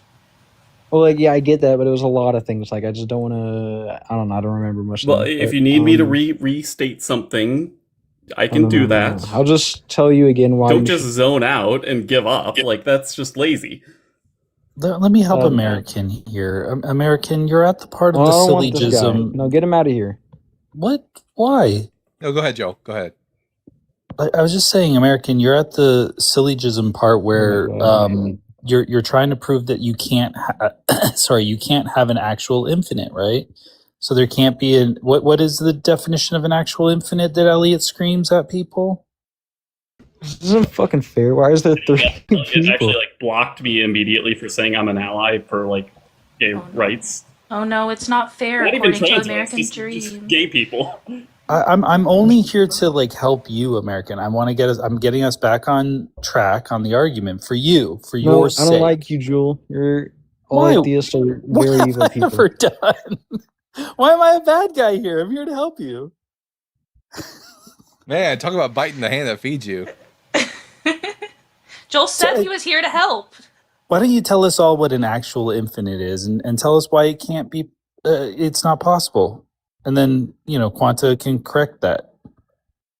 Why tell you what a true infinite is? Well, I think doesn't Elliot use the term actual infinite? Actual true, yeah, both. Well, yeah. yeah. So what's the definition of it? I gotta pull it up like he does. Okay, it's got the word complete in it. Yeah, it would be complete. So that's why I already said if it's like something is growing, like if we're going 1, 2, 3, 4, 5, 6, 7, that would just be a potential infinite because it's not stable. That's not what I think actual- infinites that's not- must be that's, stable. That's not what actual means in philosophy. Well, also, how many true facts about math does God know? How many true facts about math does God know? I think God's Yeah, all look. knowing.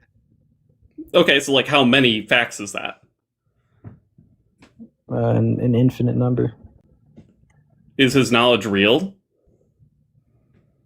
Is his knowledge real? Mhm. Like, what do you mean by that? Like, is his knowledge fake or real? I have no clue what that means. I'll just say real. Cool. Is it actual? Is it actual? Like Does In it the have- same way that you were using that word. Does it have actuality at all? Like I have actuality and potentiality. You can. It's not like you have either one or the other. An object can have both act and potency. Well, I'll just go with his knowledge is or yes, actual. Like, Cool. Then you also believe in an actual real infinity. yeah, God. Yeah, so actual infinites what it- can yes. exist. God, yes. Yeah, we'll just That's say the the only universe. So then what do you disagree with? Why can't actual infinities Well, exist? God's different. like That's it's just- not, What, I get it. Yeah, I get it. that's I get it. I special get it. I get it. Yeah, I you're get you're it. just special pleading for God now. Yeah, but God is obviously different, dude. Like he's not just like No, you. it's the not the obviously the argument here is that actual infinities lead to some kind of self-contradiction. But you haven't shown that. In fact, you've asserted the opposite now. That you can have an actual infinity that's not a contradiction. Yeah, so why can't I just have an actual infinity that exists like and is the universe? Because the universe is like not like I don't. I think like science would back up that it's not infinite, or it's. I just stated that that's not the case. If anything, the data leans towards the fact that it is infinite. Well, doesn't it says it's. I don't know. It says if it's growing, that makes no sense because God doesn't grow; He is. He's just I still. can He's like explain water. how you can have an infinite thing growing if you'd like. What would it be? Just like an infinite plus an infinite, like two infinites? No. That's not exactly how it works. So the idea is that if you take any 2 points of space, when it expands, you're creating more space in between those 2 points, and that is true for all points across space.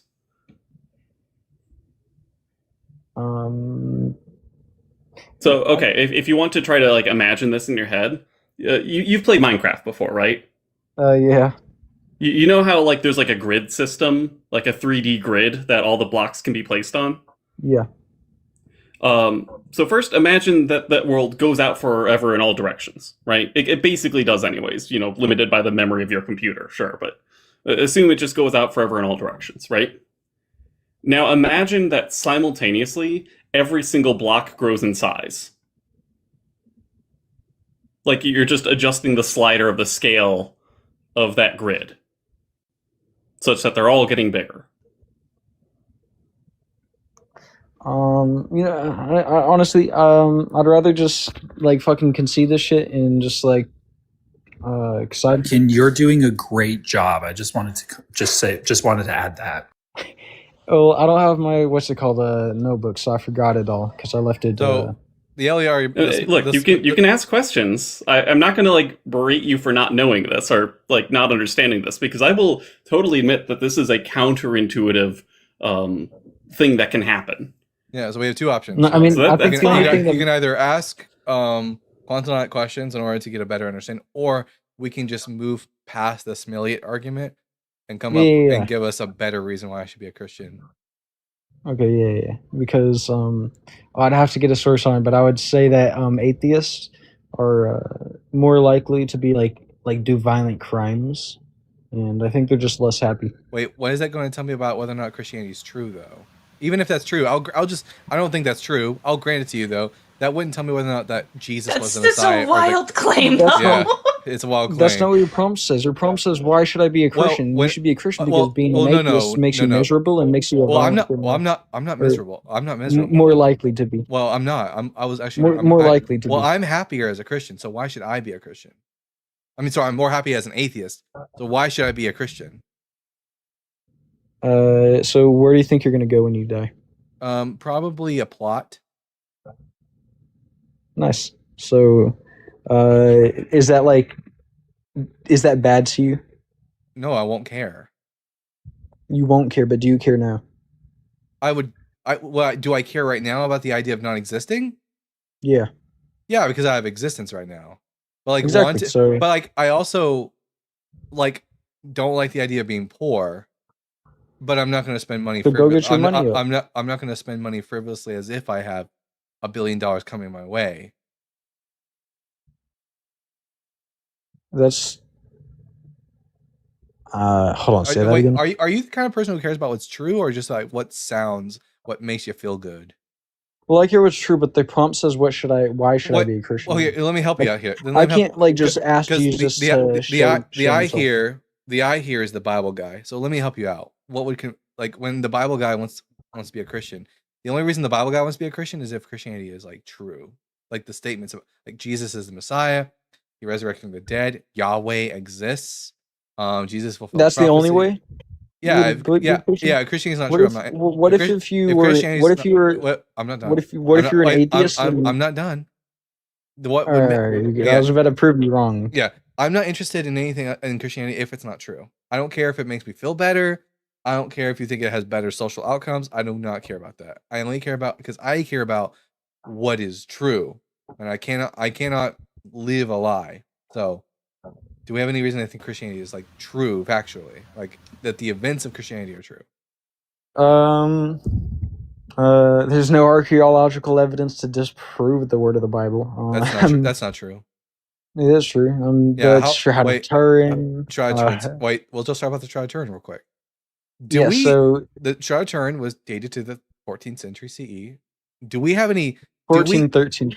That was in 1980 though. So they redated it in 2022, right? You remember that? No, they did. No, yeah, they did. Actually, the wax analysis. The wax analysis is false. Like it's been false. Why is it false? Because because in order for the wax analysis to like demonstrate that the shroud goes back to 2,000 years ago, the shroud would have had to remain at a consistent temperature for that entire time, and we know for a fact it wasn't, because in the 16th century the shroud was in a fire. The paper even admits this and just kind of dismisses it. I've read the wax analysis. It's also this type of analysis is new, and experts in the field are say that like carbon dating is still much more reliable than this method. So even if it did, it would just lend to the fact that wax is not a precise measurement because it requires all these stipulations, whereas carbon dating it needs to only require like that there's a decay occurring at a stable rate, which we know and has been demonstrated outside of this. You can't check a radioactive atom. We have like letters from the 14th century from members of the church Yeah, writing to Pope Clement the Seventh, yeah, telling him. they're all delusional. I don't believe them. Wait, they're what makes them delusional? Because it dated back to 2,000 years ago. It doesn't though. It doesn't Wait, though. hold on. You're delusional. I don't believe you. Cool. Case Yeah. closed. You're wrong. Yeah. If that's all it takes is to say someone's Well, yeah, I just delusional don't want without to talk evidence. about those people from the 14th century. Like, I don't think they're much smarter than us. Well, no, but they had the artist confess to them. They're in a much better position to know whether or not the shroud is forgery or not. So you think it was painted? Oh yeah, it was specifically using red ochre That's applied to a relief of Jesus. Then you burn you cook the shroud in an oven, which then you're able to wipe off the red ochre, which leaves behind the faint image without any pigments left in it. not only this. If the shroud that we have is true, it does not. It means that Jesus was somehow disformed in many different ways, because when they do other analysis on the figure itself, Blasphemy, but keep going. Oh, we don't care about blasphemy here. Anyways, continue. Ashley. I'm presenting evidence that the shape of it would not be consistent with being draped over someone's face, because the shapes of it should be more elongated, but it's not. It's like this perfect drawn image rather than what we would see think of like a hand imprint. It's projection rather than wrapping. Yeah. Thank you, Quantum. I don't. The terminology escapes me. Yeah. Sorry, also, Roger. not to mention, doesn't the Bible itself say that he wasn't wrapped in a shroud? Correct. Like it was I mean, ribbons yeah, the or Bible something? could be. The Bible could be wrong on it. The Bible's so the shroud is right, the Bible wrong. The extent that Christians have to Possibly. go That's to. wild. Are you trolling? Talk at this about point? heresy. Wow. Yeah. Well, no, it's- how are you going to tell me? it's Why are you going possible that the Bible's to wrong. complain about Ashland blasphemy, and then you're over here like the Bible's wrong? It Come could on. be. I never said that. About that. What? What else it's wrong about? Y'all are the ones with pride and trans flags. I'm not. Oh, this is what they came up to talk Yeah. about. This is So really scary. what this is about. Yeah. Yeah, You're can we just debate gay you're people? yeah. Give me a reason to think that being gay is a sin without pointing to the Romans Bible. 1, chapter 20, chapter 1, verse 26 through 27, 1 Corinthians chapter 6, verse 9 through 10, Leviticus. I'll just mute you since you're a baby. This is chapter 1, verse 27. I get it. You're a homophobe because of the Bible. But we've already discussed that we don't believe the Bible, and for a good reason. And you're just giving me more reason. Can you point to me a reason to think that being gay is a sin without pointing to the Bible? I don't think you can. Like the Bible. I don't care what the Bible says. Why The should I? Tanakh and Torah, or the Tanakh. Wait. I don't care what the Bible says. I mean, because the Torah. Wait. I don't care what the Bible says because, as you just already admitted, it can be wrong. Torah. I don't care what the Torah says. The Bible can be wrong. You've already admitted. Quran. You're just a troll at this point. The Quran. Shut the fuck up. You're an idiot. You're just a homophobe who sucks Chad Elliott's dick, which is crazy considering the fact that you're so anti-gay. Tell him to unblock me. He's a coward. Yeah. Also, Dalton, you missed a good opportunity to slowly, once they complained about being dogpiled, just slowly add more and more I know. atheist No, stuff. that's why I brought Fern up. I was slowly adding more people just to piss them Yes. off. I was about to start getting in on the issue about criminality because there's data that absolutely demonstrates that atheists have much lower conviction rates than Christians. Yeah. In fact, Christians that's are actually demonstrated biased, because God. Because God, right? How did I forget that? Come back, God. In fact, what's really disturbing is that Christians show a strong predilection to have higher chance of how do you say it on TikTok? Schmexual offenses. That is true. They have more victims. They have younger victims, which obviously challenges the assumption that religious involvement should deter such incidents. And, if you really want to make sure a child is in a dangerous space, take them to a church. Man, the crash out was crazy. He just really wanted to bash on gay people. That's crazy. How pathetic. I think we should just use the church hurt method back on them when they start getting that way. We'll say, look, I know something bad probably happened to you, but that doesn't mean that Imagine Maybe that's wrong. being so anti-gay and then willingly come up here to get absolutely fucked by another guy.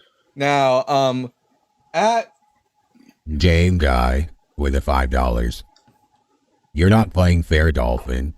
You're supposed to stick to the Filbro script so you can win and get a congratulatory Dutch rudder from his buddy. Oh, I forgot about that. Yeah, I forgot. You're supposed to as soon as it was like detrimental to him. This is why Elliot doesn't want to come up here, because he knows that we're not going to just accept his script. And it's going to be very, very bad for him because he's a coward. At least his lackeys are less cowardice.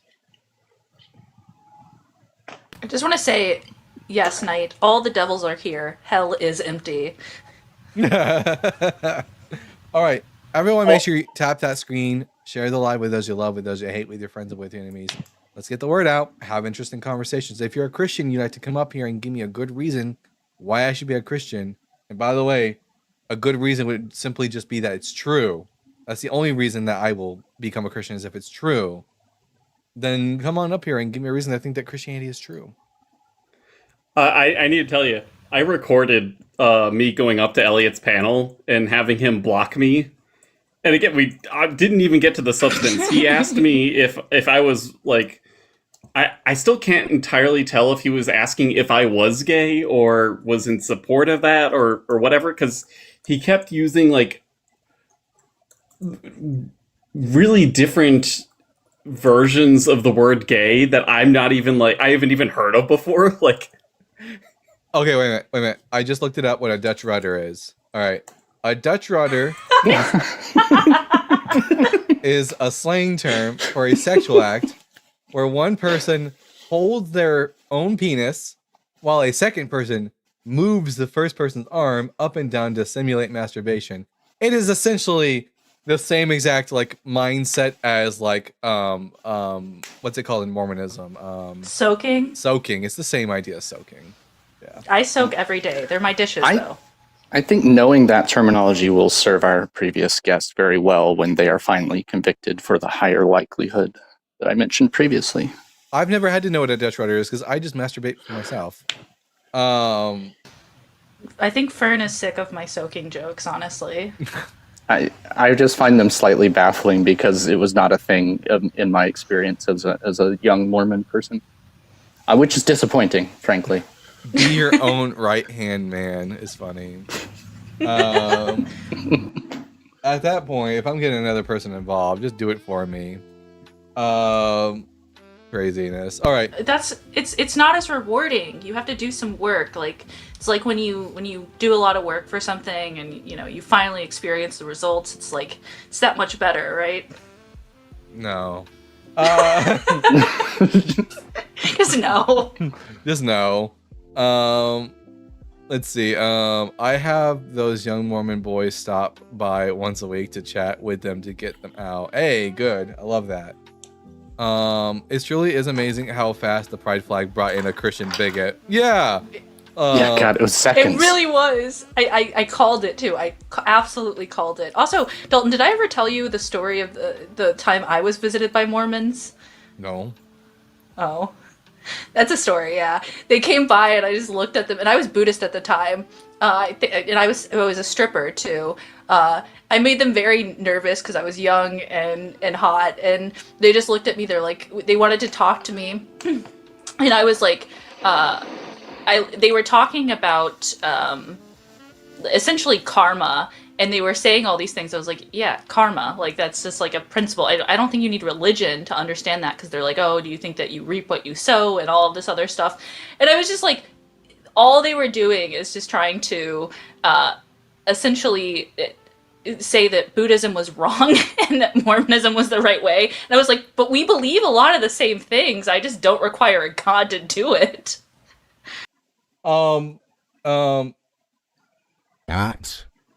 Simple programmer with the $10. Aggie's pronouns? Found this on Reddit. God's torn about abortion. On one side, it kills babies. On the other side, it denies women bodily autonomy. Yeah, he would be very split on that, wouldn't he? Like, I mean, oh man, they get to kill all the babies, which I'm really for. but like it gives women too much freedom. But Do you think God wants to kill the babies because apparently they go to heaven, right? Supposedly. Do you think God might be the reason that Samsi is, there? He's doing the things, Maybe. I'm not gonna question it. Actually, you know what? I think this is actually quite compatible if you think about it, because God is obviously so misogynistic. He doesn't want women to decide on the abortions. He's clearly enabling men to go have them secretly. They pay for them and they control whether women have them or not, so that their mistresses don't accidentally have children he doesn't want. Oh, and also, Peggy's pronouns are she, her. She is the absolute matriarch of all things. Let's see. All right. Psalm 137 verse 9. Blessed is he who dashes babies against rocks. That rocks. If you don't have any uterus, then stay out of the way. He doesn't like babies because they're more perfect than him. Facts. That is true. By the way, guys, so I am thinking about now writing a book. I found a topic to write on. I mean, biblical prophecy regarding the Messiah. So Christians often make the claim that there are over 300 prophecies that Jesus fulfilled. In fact, I have a website here. Well, we'll get to that in a little bit. Looks like we have a guest. Contract with R&D. I'm going to ask you 3 preliminary questions, and then we'll get to the conversation. Question number 1, are you at least 18 years old? Yeah, I'm 33. Question number 2, what pronouns do you go by? I'm a man. Well, man is not a pronoun. He, him. All right. Are you driving? Good question. Are you driving? No. If you have the driver say hello. I'm in my car, but I'm not driving. Can you turn the Could you have the camera on? driver say hi? Yeah, I don't need to see have the driver say it. Yeah, I don't need to see your face. Just turn the camera on and let us see what's going on around you. They might not have camera access. Hold on. How many followers do they have? They only have 97 followers. I don't know if they'll have access. You just have the driver say hi. What are you guys trying to figure out? Whether or not you're driving. We're just or making sure lying you're to us. safe. Yeah. Yeah, we don't want you. We don't want you to be unsafe. We wouldn't want anything bad to happen to you. So just hey, Yeah, hello, driver. Well, I hope I wouldn't Here, kill myself. you're a Christian, right? Yeah. I want you to promise on Jesus that you're not driving right now. I can't promise on Jesus, but I can promise. The Bible says, "Swear by nothing on heaven on earth." You don't have the power to turn a single hair on your head gray. No, I can't swear on him. no, you're allowed to make oaths on God. You're allowed to do that. No, you're not. Yes, you are. I promise you. I promise I'm you pretty you are. sure he's driving. Here, you either promise on Jesus, or I'll drop you. Yeah, I said I'll just drop myself. Okay. It's all right. Don't worry about it. Good call. I just don't see what's so hard about a driver saying hello. It's not just dangerous for you, by the way. You could potentially harm someone else. Imagine distracted driving is almost, depending on the amount of inebriation, at the same level. Same with sleep deprivation. All these things get people killed. All right. We have here Flower. I'm going to ask you 3 questions, and then we'll get to the conversation. Question number 1, are you at least 18 years old? Okay. What was that? Wait, can you hear me? Yeah, are you at least 18 years old? No. Oh, okay. By the way, Deuteronomy 6:13, everyone says, "The Lord your God you shall fear, him you shall serve, and by his name alone you shall swear." So, you are allowed to swear by God's name. Yeah, you're just not allowed to lie. while Don't you're swearing. swear. Nice. Yeah. Can I swear on the Virgin Mary? I mean, even if it was only because she, does anal. A Catholic would. Jesus Christ. Someone crashed into my Planet Fitness yesterday because they were talking on a phone. Exactly.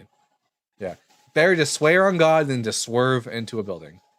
In the Bible, the word him, it doesn't mean that the God is a man or male. Him is short for Elohim. No.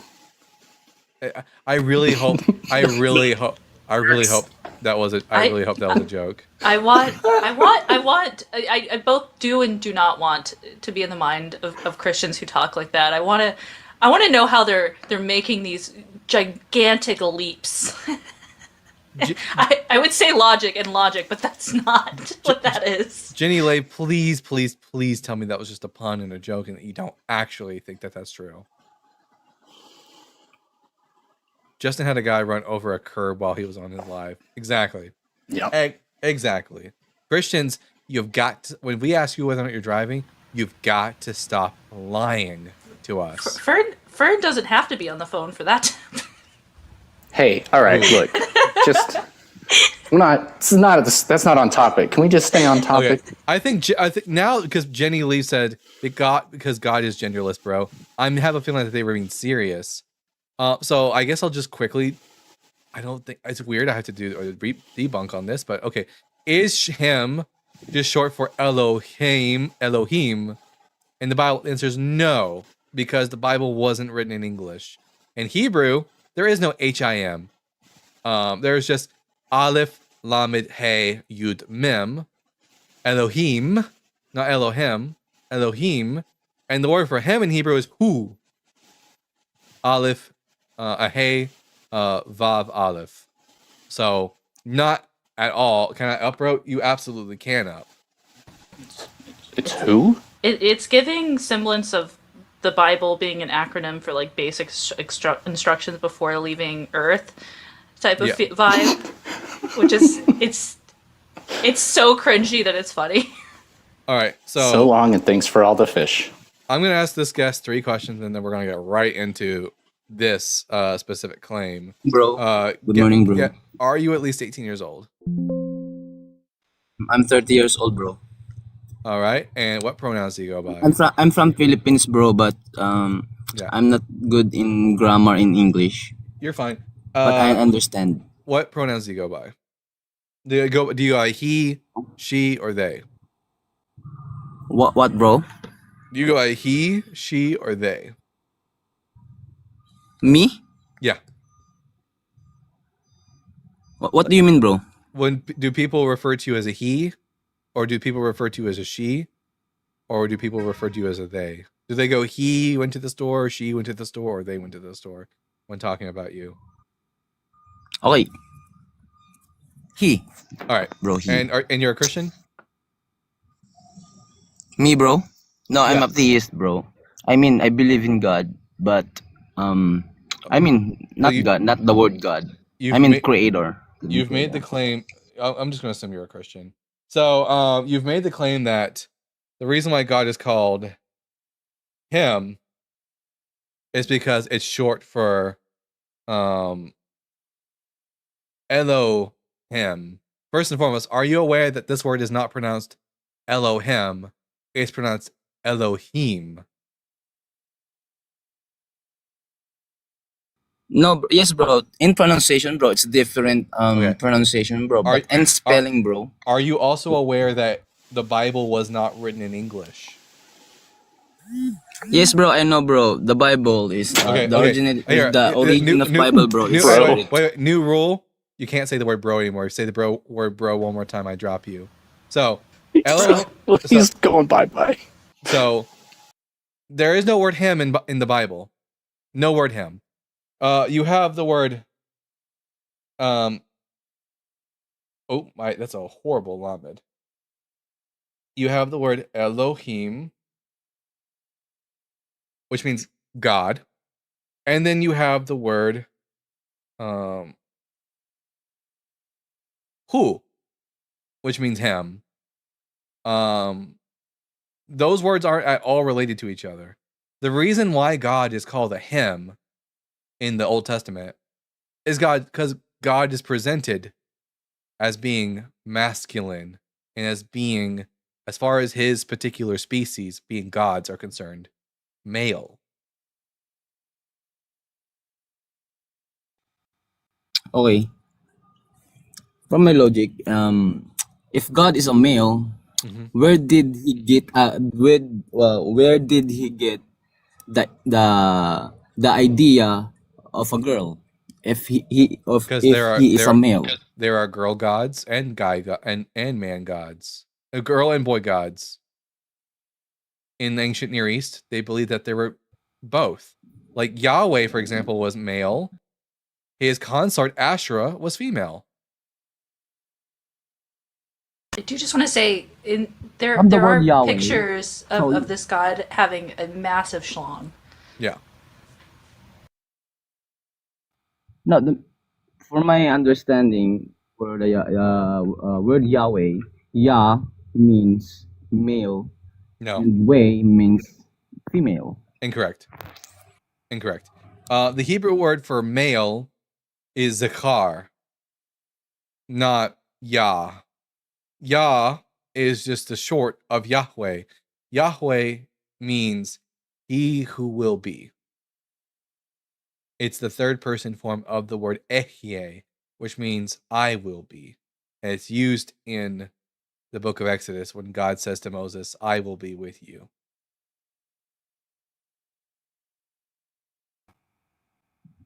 For my understanding, bro, about the God in the Old Testament.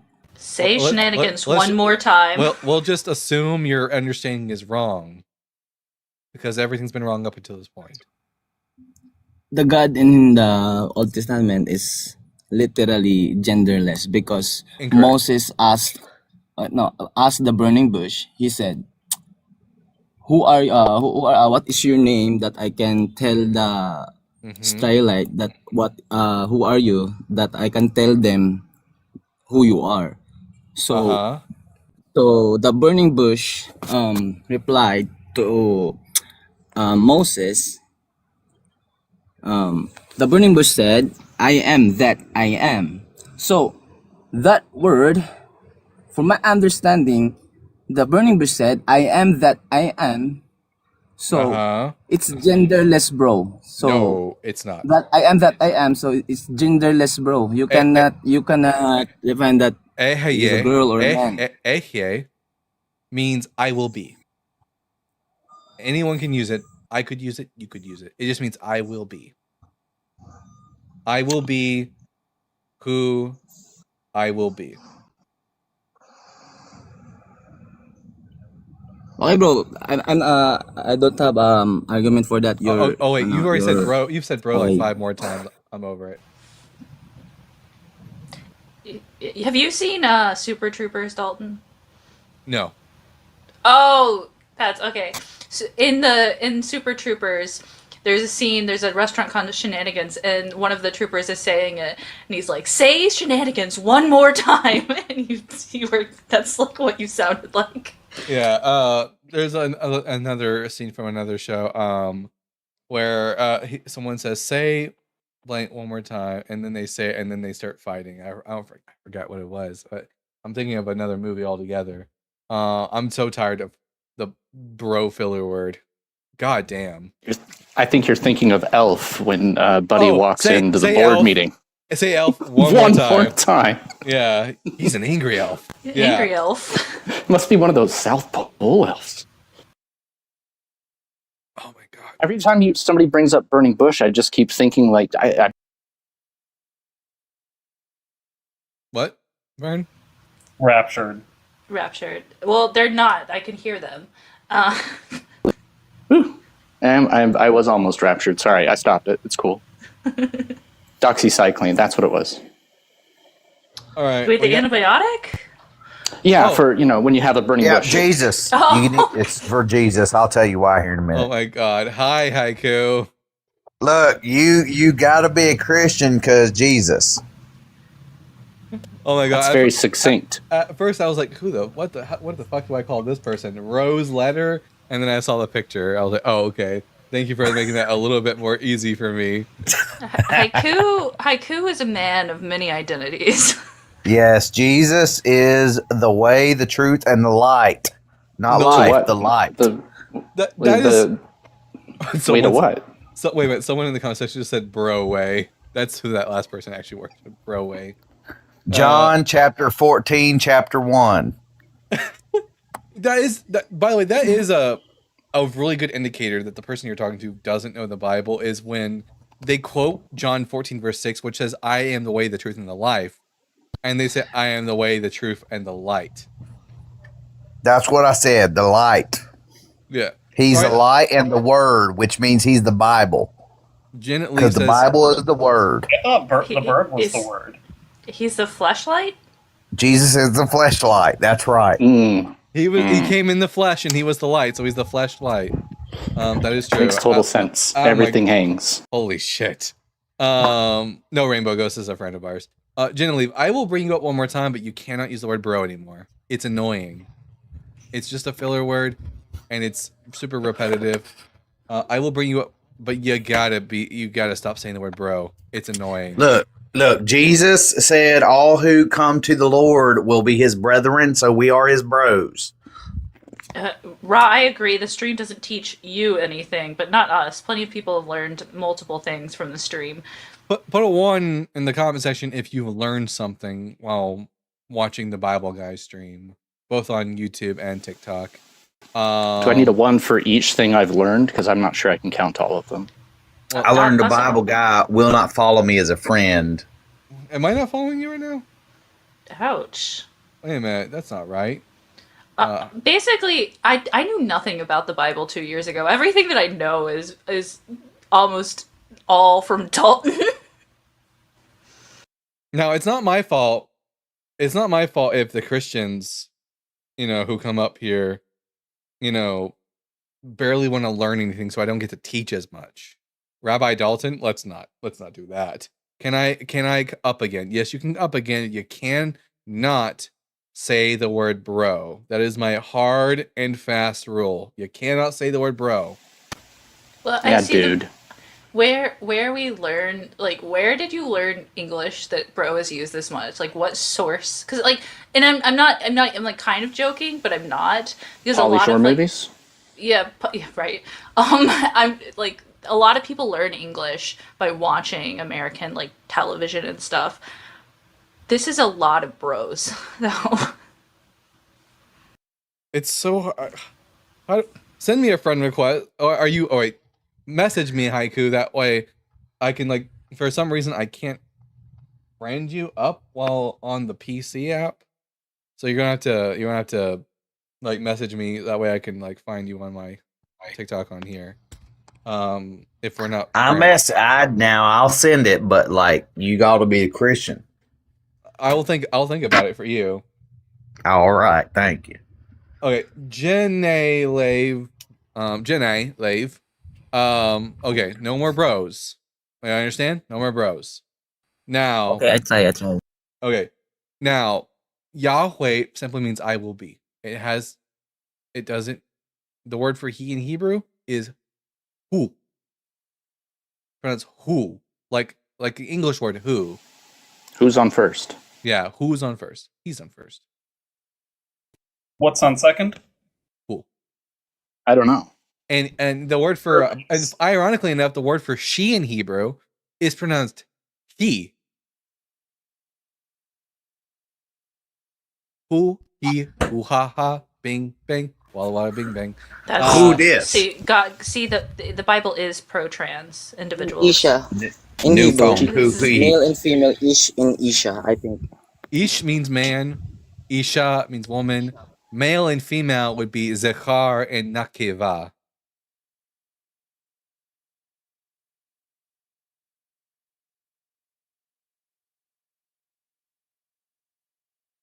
Jesus was trans. Why wouldn't it be pro-trans? Do you understand, Jen? Yes.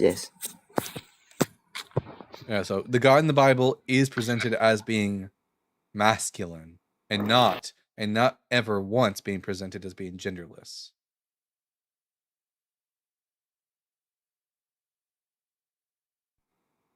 That I say that the God in the Bible genderless because but the Bible doesn't say that. Because spirit is.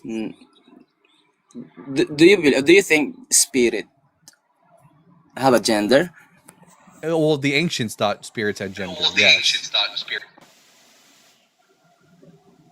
Because I don't think spirits. For my logic, I don't think spirits exist, but if we're going to ask someone who lived at this time and place, they would have said that spirits could be male and female. Like a ghost is a spirit.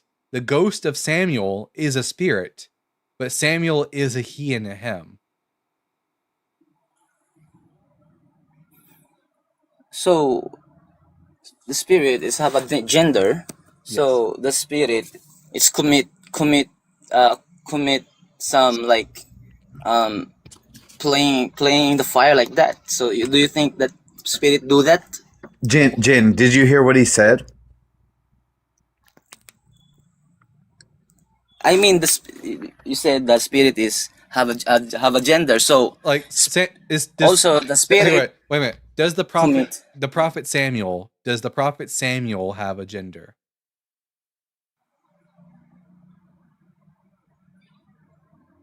Yes. Okay. Did the prophet Samuel have a gender when he was a spirit and he was called up by the witch of Endor?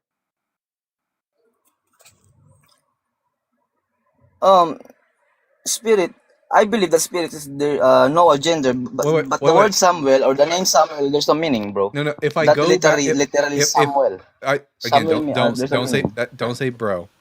Now, 1 Samuel 28, we have the story where the King Saul goes to the witch of Endor to have her call up the spirit of Samuel. When the text describes the spirit of Samuel, does it ever use words like he and him to describe Samuel? What, bro? You can say yes. Just say yes. The text does say that. Yeah. Bro counter number 2. Okay. You get one more chance and if you say bro one more time, I'm just dropping you. Now, if you read 1 Samuel 28, where it describes Samuel as a spirit, it uses words like he and him to describe Samuel. So clearly, from the perspective of these authors, spirits have gender. In the Bible, he or he in Hebrew, H means breathe. E means wait, what? Of life. H? Yeah, H. No. Imagine telling somebody who speaks Hebrew what Hebrew means. Jen, where are you getting your information on Hebrew words? Because none of the Hebrew words you've said so far are correct.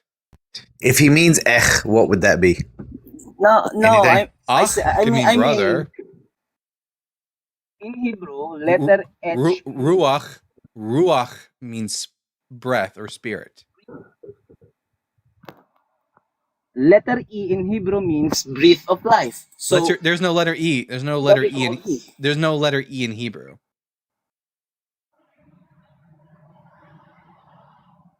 Our English letters are not in, our English letters are not in the Hebrew alphabet.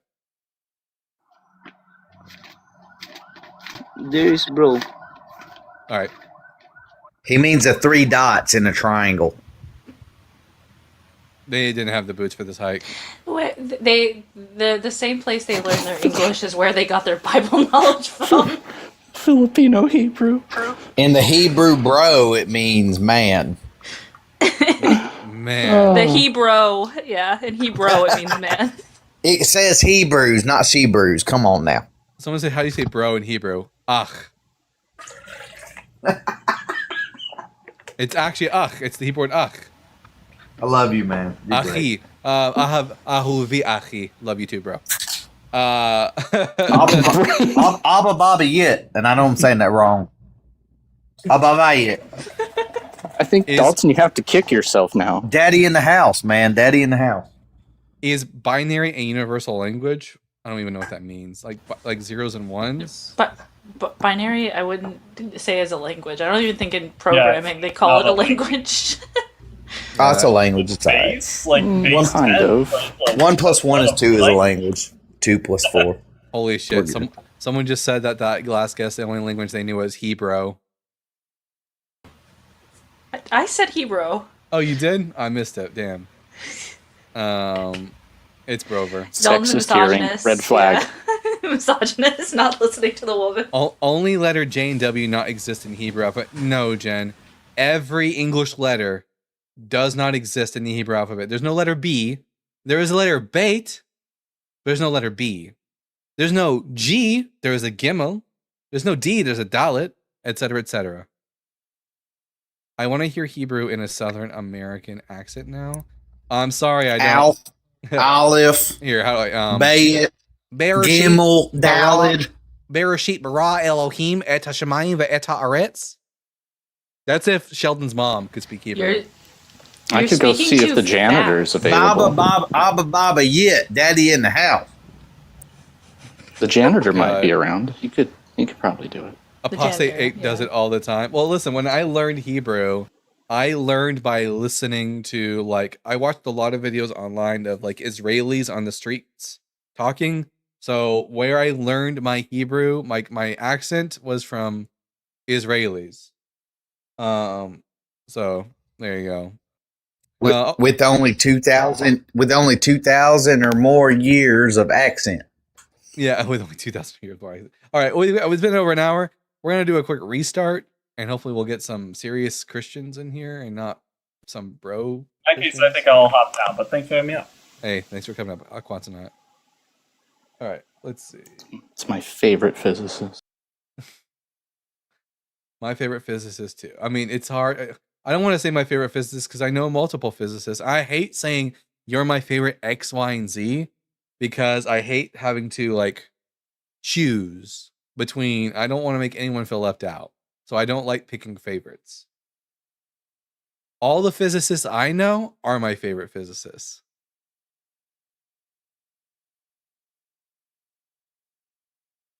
All right.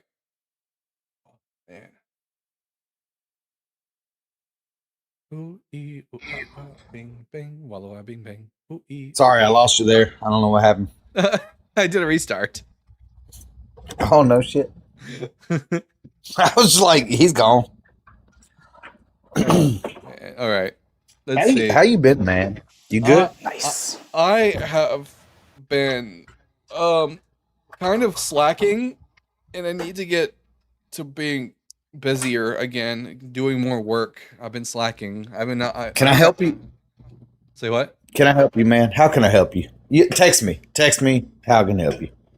I just need to start going live more. I think instead of my regular days, I might start going live on more days of the week. You guys let me know in the comment section if you want more Bible Guy. I just need to get more on it. Do you need someone to like message you every day? Be like, hey man, it's time. It's time. You need an accountability partner. Accountability partner. Jesus said you need an accountability partner. It's in the Bible. I read it. It said accountability partner thou shalt have.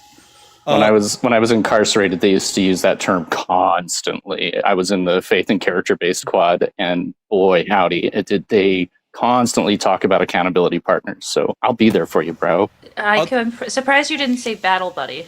It's always good to have something to look forward to. That's another good wingman. thing. Thank you. It's a wingman. F battle buddies. Yeah, you're not army. I have look at this. Battle buddies don't have chairs like I do. Thanks. You have a lot of chairs. I have a timer set.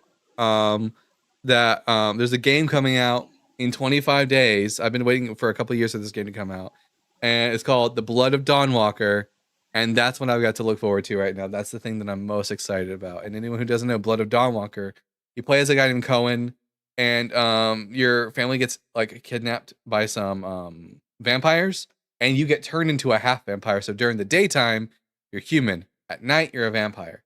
And you have 30 days to rescue your family. And it's a very interesting. What about at dawn? Are you half vampire, half human? I don't think there's not. I don't know. I guess we'll find out. So 25 days from now, Dalton is going to disappear. I won't disappear. I will be still doing lives. You guys won't see me disappear probably until Fable comes out in late February. So it also comes out like around the same time as my birthday. So like it'll be my birthday week. Fable came out when Xbox started. There's a reboot coming out. Fable Really? Well, that's because God exists outside of time. It comes out on the 23rd. My birthday's that same week. You guys aren't going to see me that week. So just be prepared for that on February. If Protestantism is wrong, it is. How come the Protestant nations became the richest, most powerful in the world? That has nothing to do with the Protestantism. Protestantism and Catholicism are both wrong. They're both very rich. Well, that's an easy answer. That when you can manipulate others and not care about how they do in life, you can take lots of money from them. It's easy. Yeah. I know a lot of there's a lot of Islamic states that are pretty freaking rich and concentrated in certain family groups that own oil. Does that mean Islam is true? Earlier, yeah, they learned how to do it too. One of the richest, a while, not that long ago, one of the richest Protestant nations in the world was America. And what made it rich was it building its empire off the back of slaves. Free labor, you know? But James, Protestantism is just as wrong as Catholicism because whatever version of Christianity Jesus taught does not exist anymore. And well, they are wealthy. They are more physically, financially better off. However, maybe does anybody know how much? Does anybody know how much the Catholics have in their little storehouses? How much wealth they've built and amassed? Because I'm pretty sure, as far as we know, nobody's sure. If you put all the paintings and stuff together, I guarantee you that the Catholic Church has more money than the Protestant churches. And that's the thing is that the only people who challenge them are the Mormons. And that's that's a really good point. And that's the problem is that the Mormons they have that storehouse of billions. Yeah, but here's the thing: there's no such thing as the Protestant Church, which is what makes it different than Catholicism. Catholicism, there's one church, which is why they have more money. But Protestant churches make up 25% of Christians. There's no way that each individual Protestant church. It's only if you count all Protestants together, which they're not one church. Now we had a new guest here, Devontae. I'm going to ask you 3 questions, and then we'll get to the conversation. Question number 1: are you at least 18 years old? Yes. Question number 2: what pronouns do you go by? Does that really matter? Yes. I, you, we. Third person pronouns, like the ones like I, you, and we. Those everyone uses those pronouns. So when I ask for you for pronouns, it's obviously that the pronouns I'm asking for are the ones that change from person to person, being your third person. Okay. Pronoun. He, him. There you go. Are you a Christian? Yeah. All right. I'm Dalton the Bible Guy. Why should I be a Christian? Because I put my dick in my butt and it feels good, and I think you should too. Anyways, so that's Christian?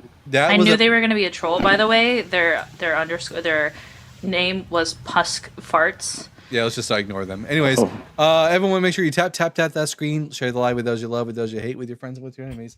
Let's see if we can get any better representation out there for Christianity. Hey, to be fair, he may have just converted a few people to Christianity. I am considering it now. No, but I don't have a dick. Yeah, so you're out of luck. That's why you can't be a real Christian. I'll get you one. I got a store down the road if you need one. Let me know. In that way, I have plenty of them. No North Europe is Protestant and richer than the South Catholic. That was a sentence for sure. I don't know. Okay, listen, James, I'm not a Christian. I don't give a shit about the squabbles between you and Catholics. You're both wrong. Jesus isn't the Messiah. Your God doesn't exist. So I don't give a shit about people sitting around debating as to whether or not the unicorn's horn is 6 inches or 8 inches. I do not give a shit. The unicorn doesn't exist. It's definitely 6. 5.5 to be exact. Argument ad economico. What are your thoughts on radical Islam taking over our country? It's the same feeling I have about radical Christianity taking over my country. Although radical Christianity is more dangerous to America right now than Islam. Only because of numbers, huh? Romano, Romano does. If we believed, then we would be caring about sinning, but we don't believe, so we don't sin. I don't know what your point is. Yeah, like I love some sin. Sin means breaking the rules, so every time I speed, I'm sinning. It's a stupid. Oh well, then I do love doing that. It's a stupid thing to say because it's like telling some. It's like, would you break the law and then like just tell yourself that police don't exist? No one reasonably would do that because you would know that the police actually do exist. Therefore, you wouldn't break the law openly. In the same way, if I really thought God existed and just wanted to sin, I still wouldn't sin because I would know that God would get me. But I'm willing and able to sin because I don't think your God actually exists. This is just a cope on your part, Romano, because you know that you don't have any good arguments for your God existence, so you have to like resort to this dumb shittery. Yeah, Romano, can you please stop wearing clothes with mixed fibers? Any synthetics, you need to take them off now. Yeah. Please. But my suit requires it when I dominate men. Well, logic, I can't win. You win. Ex-Vangela Girl says, yeah, Islam doesn't have the power Christianity does in the U.S. now. That is true. That's why radical Islam is not as problematic as radical Christianity. Empress says, howdy, partner. Good to see you in the comment section. Hi, Empress. My point, telling yourself it doesn't exist is so weak. No, I don't just tell myself it doesn't exist. I don't believe your God exists, Romano. Really? Didache, Bible, Shroud, continuation of apostolic teaching, get over it, crybaby. So let's do this one at a time. Didache is a 2nd century Christian work. All that tells me is that there were Christians in the 2nd century who had a manual how to live a Christian life. Doesn't tell me that Christianity is true. Bible, the Bible is one of the greatest evidences against your religion being true because it contains scientific historical errors, failed prophecy, and contradictions. Shroud, it's a forgery. We can go over that if you like. In fact, Empress Romano is in the request, by the way. I don't know if you want to let her. There we go. And continuation of apostolic teaching. I don't have any reason to think that what the apostles taught is what Jesus taught. Like, there's no guarantee. Even if apostolic succession was real, there's no way of you being able to guarantee that the apostles faithfully and accurately reproduced what Jesus taught. In fact, I'm going to mute you now. And the only way you can keep your whatever you're doing is by coming up and running your mouth and up on the panel. Dalton, I'm going to ask you take Empress. I'm going to ask you take Empress down. She's smarter than me. It makes me feel uncomfortable. Romana said the lefties are so typical. I'm right-handed. I'm very confused by this. The Shroud can't be remade. It has been remade. I don't know.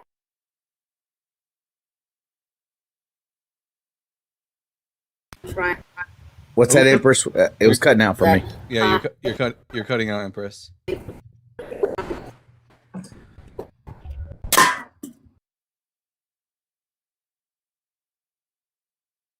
Empress, hello?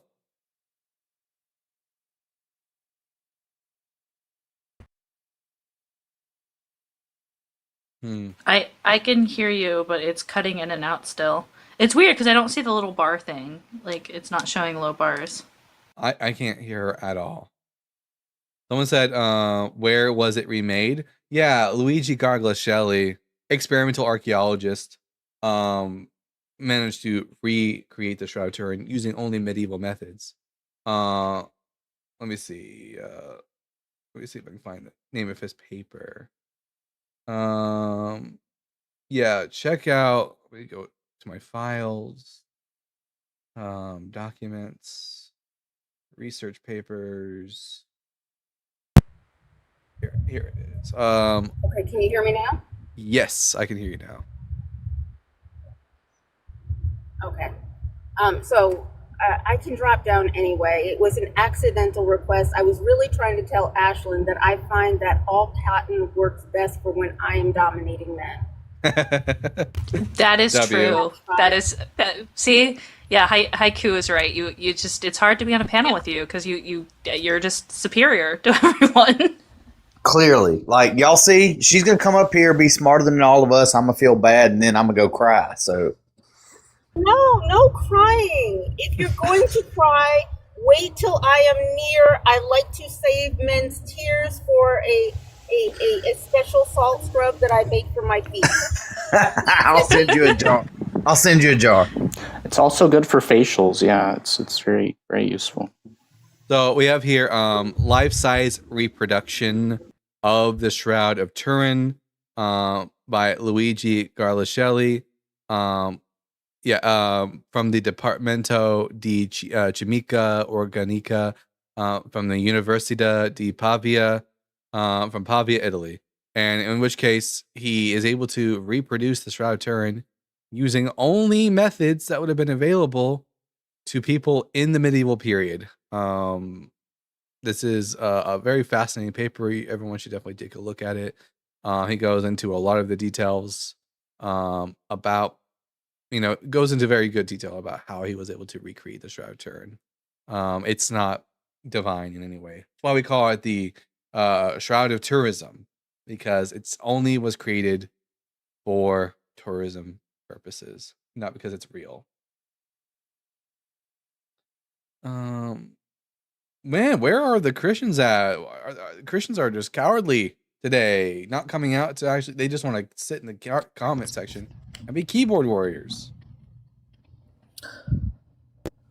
Man, if only there was some other format through which you could get people to join. I could. Y'all would have to stay muted up if I had a guest on YouTube. Well, so that's cool, and I love it. However, I just want y'all to know, if I ever invite you privately to someone's live named Sick Poet, it's a game called Witch Hunt, and it's like Among Us. It's where we're guessing about. So if I send it to you, don't ignore it altogether if you want to play. Okay. Turns out it was just the towel that he and the boy in Mark 14 used. Oof. Oh, James. We have a guest. Oh, that's James. James, I'm going to ask you 3 preliminary questions, and then we'll get to the conversation. Question number 1, are you at least 18 years old? Yep. Question number 2, what pronouns do you go by? He, him, yeah. And you're a Christian? Yep. All right. There's a bit of an echo, actually. Yeah. Are you the brother of Jesus? I'm kidding. Why should I be a Christian? Well, I mean, there's obviously a lot of reasons, but can I jump to, do you know about the Dark Day of New England? The what? The Dark Day of New England. So many Christians say that this is the fulfillment of Matthew 24:29, where the exact events mentioned in that verse were what occurred. Did all the angels appear? That's not in the verse. Wait, what's the context of the verse, though? Like, all the parts of the Matthew 24. No. Matthew 24:29 is talking immediately after the tribulation. So, yeah, don't... Let's see. Immediately after the tribulation of those days, the sun will be darkened, and the moon will not give its light. The stars will fall from heaven, and the powers of heaven will be shaken. Then the sign of the Son of Man will appear in heaven, and then all the tribes of the earth will mourn, and they will see the Son of Man coming on the clouds of heaven with power and great glory. And he will send out his angels with a loud trumpet call, and they will gather his elect from the 4 winds from one end of heaven to the other. Is it just like was it just like the sun got dark? That's it? No. What you're reading is the consecutive events. The verse says the signs of the end will come first, and after those events will come the end. Jesus talks about this in the Gospels, where he says that generation shall not pass away. And it did.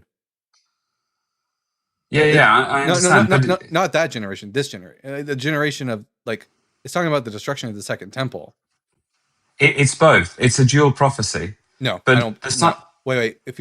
Before we can go on to dual prophecy, you need to give me a reason to accept that category. I don't believe that. Hold on. I don't need to, because I'm only going to apply Matthew 24:29 to the signs of the end, which is what Jesus applies it to. No, all you got then is just the sun is dark. I don't care. No, I don't. All of those things in Matthew 24:29 were recorded as happening as fact. That's well known. The powers. Wait. The powers of the heavens were shaken. So the stars literally fell from heaven, was what the report said. Whoa! There's no star that fell at any point in history that we can look at. Read the reports. Wait, They wait. they saw stars I'm falling looking from at heaven. them right Do you now. know? Do you know? It- Everyone. Do you know how far away stars are? The nearest star to us. Do you know It's how not- far it is? Star means bright light in the sky. It doesn't mean literal No, star. no. The Star star means above. star, Wait. No, star means star. No, I'm going to correct you. No, because the star above Bethlehem were Is a magic. angels. Angels No, are described as no, stars. No. Well, no. Nowhere in the book of Matthew does it say that the star is an angel. In Revelation, it calls. Actually, Jesus himself said. Revelation's a Hold different. on. Revelation's a different book. Where in the Gospel Doesn't of Matthew? matter. It does matter because the Bible. We don't assume that when one author uses language in a particular manner, that this means that other authors are going to use that language in the same exact manner. The Bible isn't automatically univocal just because you want it to be. Okay, fine. We don't fine, start with fine. that assumption. Doesn't matter. Doesn't matter. Stop talking. I'm talking. Now the Magi. What are Magi? They're the wise men you're talking about. No, they're not just wise people. What do you think a Magi is? There's Magi are particular people with a particular role in the ancient Near East. Okay. What are they? Do you know? All right. What? I thought they were the wise men, but you correct me then. They're astrologers. That's what a Magi is. They're astrologers. Okay. Yeah. What is the job of an astrologer? To look at the sky, to examine the sky. The sky with what in it? What do you think the Well, word? lots of things are in the sky. What do you think, and lots of things. What do you think the word astro and astrology means? Come on. No. Listen to me.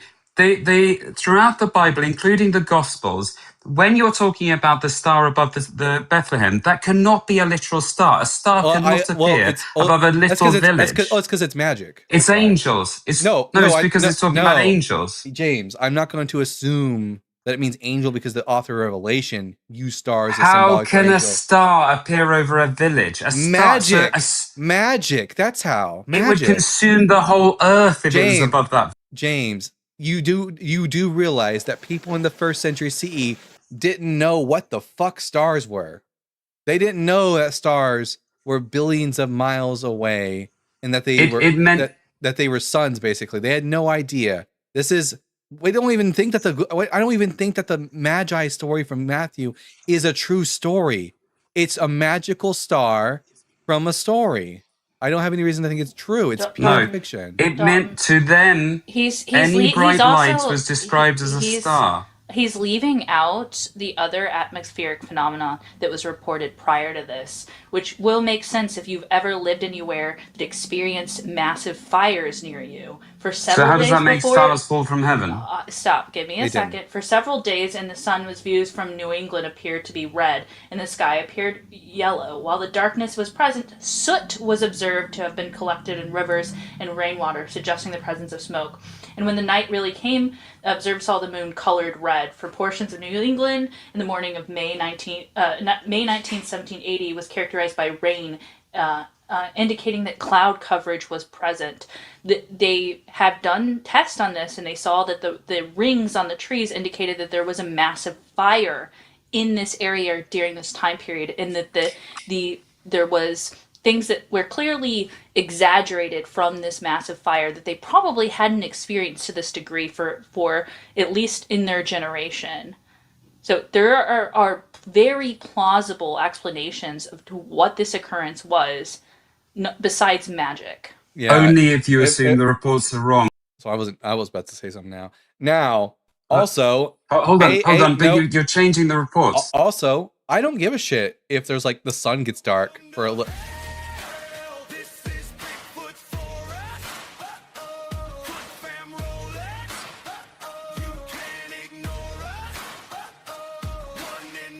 Okay. Anyways, I don't give a shit if the sun gets dark. If the other stuff doesn't happen, then it's a half-assed. The other stuff did happen. The reports say stars fell from heaven. Stars don't fall from the sky, dipshit. It means bright light. It doesn't mean literal star. James, do you understand what cognitive dissonance is? Are you familiar with the term cognitive dissonance, James? Do you know what's happening? Hold on. Let's not jump. No, stop. The report said... Can I make one quick point? I stop? Can I make one quick point, since I know he wanted this Bible to be univocal? And I know you already made the point, Bible guy, that the Bible is not univocal. But since I know he wanted to make it seem like the Bible is univocal, sir, in Genesis 1, when it says that God created the stars, do you think it meant that these were angels? Did God create the angels on day 4 with the sun and the moon? Can I have a bit of time speaking, because I don't get any chance to actually talk. Oh my God, the a star. No. You Well, no, tried literally, I'm not present it getting to as say anything. no. I'm just asking a simple question because I'm going you've to answer it already if you let me actually posited. talk without jumping in. Wait. You've already posited. Wait, I've been quiet all this time, so I'm just asking a simple question. You already posited that this was angels when they're referring to stars. So No, I didn't say that. No, what I said was any bright light in the sky is described as a star. That can be an angel or it could be a literal star. Is the sun a bright light in the sky? They obviously knew what the sun was. What is the moon a bright light in the sky? They obviously can see that what the moon is. It means a bright light that looks like a star. The moon and the sun to them do not look like the stars.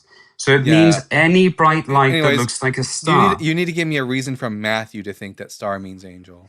I'm going to. So in Matthew, it lists all of those things. The reports in New England said the darkness was total. They could not get through. Okay.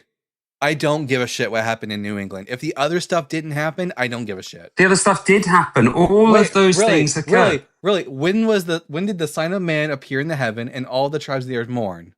If that doesn't happen, then I don't give a shit about this other thing. Because it doesn't say that happens on the same day. Then I don't get signs. I can't talk. Yeah, just the sun going out and the moon not having light is not enough for me to give a shit. The moon turning red and the stars falling from the sky. Happens all the time. Happens all the time. When do the stars fall from the sky? When's the darkness so extreme? You're focusing on that. Never literally. It's like one of some reports. I'm not even finding what you're talking about. The majority of the reports say that there was brassy, like yellowish tones, and reddish tones and stuff like that. This is very normal. Where are you getting this very specific claim that stars fell out of the sky? It's literally on the. It's not only. It's actually well accepted. Multiple denominations recognize. I don't care what denominations say. Where are you getting this report from? Can't actually give us a non-Christian source that provides like this description. You can literally look up the reports. I literally did. I put in the Dark Day of New England bright light report. You spent 2 minutes. Give us a. You told me to look it up. I did. Source. Give us a non-Christian source. I'm not going to sit here and do the homework on the live. Either you have a non-Christian source that gives evidence for the claim you are making, or we're not going to believe you. I don't have the names of the sources. I've read the sources. I've read. I don't care. Then I don't care. Then I don't care. I don't care about this claim about New England. If all the other stuff didn't happen, then all it is the sun and the moon getting dark. And your claim of stars falling, which there's no evidence for, I don't give a shit. There is evidence. You're just denying what truth. No. If you read we really got away from the fact that Matthew 24 is not about the modern day. It is about the first century. That is the claim that Jesus is making, and I do not accept dual prophecy. You would need to give me a reason from the Bible to accept that dual prophecy is valid. Oh, all right, you're asking multiple things there. I mean, in the verses, it talks about the return of Jesus, so it clearly is talking about the end as well. Well, that's because the authors thought that Jesus would return like in their lifetime. If it's talking about the return of Jesus, then it's clearly talking about the end of the world. I don't see why there's any issue. Which the authors thought was going to be in the first century. It's just that the authors were wrong. Like that's why the authors make Jesus tell the disciples that he would return before all of them died. And he didn't. No. Yes. That's not what. No, he lists the signs. No, you've misinterpreted that. I will explain it. Matthew, let me speak for. Matthew chapter 16. I'm not gonna have a shouting match with you. I'm not doing it. Matthew 16, verses 27 and 28. For the Son of Man is to come with his angels in the glory of his Father, and then he will repay everyone for what has been done. Can we agree or do we disagree that this verse is referring to the second coming? Yes, but can I give my Okay, now explanation? verse 28. Truly I tell you, there are some standing here. What does standing here mean? They saw Jesus coming in his kingdom at the when he went up the mountain and saw Moses and Elijah. He was in his glory. Where in the Transfiguration did the Son of Man come with his angels, and that where he repaid everyone for what had been done? When did that happen in the following chapter? Also, who died between this verse and the next verse? Because he says that there are some standing here who will not taste death. Meaning the majority of you will have tasted death when this happened. Who all died between verse 28 and verse 1 of chapter 17? No, that's not what it's saying. It's saying what it says. not all of you are. Okay, can I speak? Can I literally speak? Wait, what is the word? Here, It's saying. We'll break this down for you. We'll break this down. Okay. Look, I give up. You won't let me. Can I? I'm trying to have a meaningful conversation with you, but you're a bit too uppity. So we're gonna take this one step at a time. Okay. No. Look. What is I the give word? up. If I can't speak freely, you're speaking way. Can we get some bottles in the comment section for James? Now, James, you can either run away, which he just did, like the wine bag that he did. No one gives a shit what happened in New England. Has nothing to do with Matthew 24. So Jesus says, L. James, RJ, L. James, I tell you, there are some standing here who will not taste death. Meaning that there are many who will taste death before the Son of Man comes in his kingdom. No one died between verse 28 and verse 1 of chapter 17. You can try to make this passage about the Transfiguration, but the Transfiguration doesn't match any of the descriptions of this passage. It also, I have a source here, an actual published study that says fire scars reveal source of New England's 1780 dark day. I also live near this area, and I've experienced something similar during fires. I actually told you this because we had one like several weeks ago, and I said, "Oh, I think I sent you a picture of the yellowing of the sky." Do you remember that? It's this like, happens all the time. Yeah, it happens every time there's a major fire. This happens. It's not unique to New England. It's such weak sauce. Because people really want the Bible to be about them, to the point that they take, these prophecies which were meant for other people at other times, and they try to reapply them to my people at my time, and it's just not going to work. Man, crazy. I think it's the same impulse that makes people have to tell everyone around them, like, "Oh, I used to live there," when they see their own hometown on a movie. Yeah. That's Salt Lake. I used to live in Salt Lake. That's where they filmed that. Nobody cares. Right. Silmarillion. These are people who were even earlier than the people who experienced the Great Disappointment and led up to the Seventh-day Adventists. Yeah. And that was the 1800s. Seventh-day Adventists didn't start up till the 1860s, much like the Mormons also. Apparently the 1860s was a great time for civil war and new religions in this country. Randall says the Silmarillion is more coherent than the sloppy mishmash of the Bible. Yeah, I could not agree more. L, the Bible, W, the Silmarillion. Honestly, the Bible just has so many contradictions towards its own words. It can't really be reliable, just some sort. Yeah. Man, Protestants are, listen, as annoying as Catholics are, Protestants are much more annoying because, history just doesn't back up your worldview, your position. Like, if I had to choose between Catholicism and Protestantism, I'm choosing Catholicism every time because, Protestantism is just a modern invention. To be clear, Catholicism is also an invention. It's just a much older invention. They've had more time to straighten out their lies, so it hangs a little better. Yeah.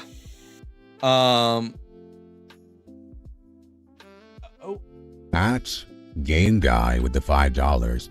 British accents are weird. They either make you sound really smart or really whiny. Last caller sounded whiny.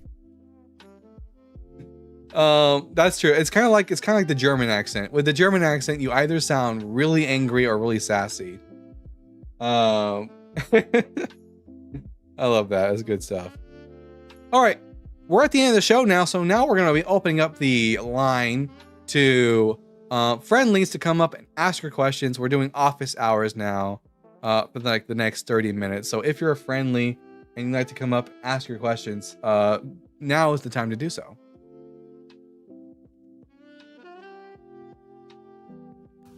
How much wood would a woodchuck chuck if a woodchuck could chuck wood? That's my question. A lot. Velvet Worm, howdy partner. Hello. So I have a kind of a question and kind of a comment because it's something that I never see people talk about the Shroud of Turin. But I feel like, and I mentioned it in the comments, but Jesus was whipped and he was up there and for a while bleeding and he was poked in the side, right? Yeah. So a body that lays there for 3 days it would be livor mortis, and he would have leaked all over the shroud. But yet, like they're like, oh no, there's just a little bit of blood stippled around where they had his crown. Oh, there's Why a is lot. the shroud covered in goo? It is actually covered in Shroud? The shroud is covered in markings. So No, it would be fully covered in all sorts of. It would be wet and do- dried up. Do bodies? I thought bodies don't actively bleed once they die. Well, with gravity, it would leak, especially if he was on his back and he was cut on his back. All of his stuff would have leaked out all over the shroud. Oh yeah. Well, the shroud, the back of it is covered in markings from the alleged nine-tail whip. If you take a little close look at the But it back, wouldn't be stapled gently unless I'm seeing something wrong. It would have been like imagine how much blood would have poured out. Right? Like it would have looked like a wet towel. Also, I don't know. I don't know I don't know the exact because I know they wash the body off beforehand, and then there's also bodies don't bleed as much. So I don't know how much blood would really come out of a body at that point after it had been wet and after it had been wiped off and after it's no longer actively Organs bleeding. would have leaked 3 days. Yeah. Sorry, I don't mean to sound like I'm arguing. I'm not. I guess I'm just trying to think like if you're a body that you've got cuts in your bottom of like your stuff. So if you were up there and you probably died, I imagine a lot of that blood would have leaked initially to his hands and his feet, like whatever was left. And then when they laid him down, I mean, at this point he would just be a sack full of liquid. Right? I mean, Velvet, platelets still clot even after like death. You just don't have the same platelet response. I was thinking it was about the issue of various internal fluids, not just blood, but like say stomach acid, bile, and all these other things slowly rotting through because the digestive processes are no longer in place. Yeah, that's what I'm thinking. Like it would have been like, have you seen like where like people do body cleanups and it's a body that's been laying there for a few days and it's just like the floor is soaked through? Ew, gross. Yeah, I think there's a lot more worse problems with the Shroud of Turin than the whole blood thing. The fact that it's not even shaped like a real human body is probably the worst one. And it's all in one piece. One of the arms being longer than the other is really like substantially longer than the other is also very weird. Oh, I didn't know that. Yeah, the face is just not shaped correctly for a human being. It's like very obviously like it was wrapped around like some sort of like relief of Jesus, basically. Also, let's see. It's weird that they they have the body covering his genitalia in the front when they would have just laid the arms would have just been laying at the side because there's nothing to hold there's no reason for them to hide the genitals of Jesus after he's dead because he's wrapped up. No one cares about his genitals being covered by his hands. It's a whole lot of this is very obviously a work of ancient medieval work of art. Yes, I guess I was just wondering like why that's not brought up more, but I guess it makes sense because there's like other things you might want to start with, I guess. Yeah, there's just so many problems with the Shroud of Turin. It's far from being the body of Jesus for sure. All right. Well, I just wanted to mention that, and I appreciate you listening and talking to me about it. It's good to hear from you, Velvet. Yes, you too. And I'll be watching. You have a good day. You too. Bye, Velvet. Bye. All right, everyone. Make sure if you're a friendly, you like to come up and have a conversation and talk about something, ask questions. Now is the time to do it. Today is we're doing office hours right now. Did Mary worship Jesus? So depends on what you mean by worship. As a god, probably not. If Mary thought this is say hypothetically, if Mary thought Jesus was in fact the Messiah, and the Messiah is a king, I don't know how he's not inaugurated as a king yet. How actively would the people in his life, if they thought he was a king, engaged in worship? Because you do worship kings. In the Old Testament, Bathsheba would bow down and worship her husband, David, because David was king. You bow down, you worship, you give obeisance to the king. Now, Jesus was never actually a king. He was claimed to be the Messiah, which is a kingly figure, but he was never inaugurated. So if people in his life thought he was in fact the Messiah and therefore a potential king of Israel, would they have engaged in worship? It's hard to say.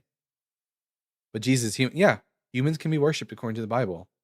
Kings are worshipped. David was human. He was worshipped. So there's nothing about the worship of Jesus in the New Testament that insinuates that he is God. It's fully you can worship a human king.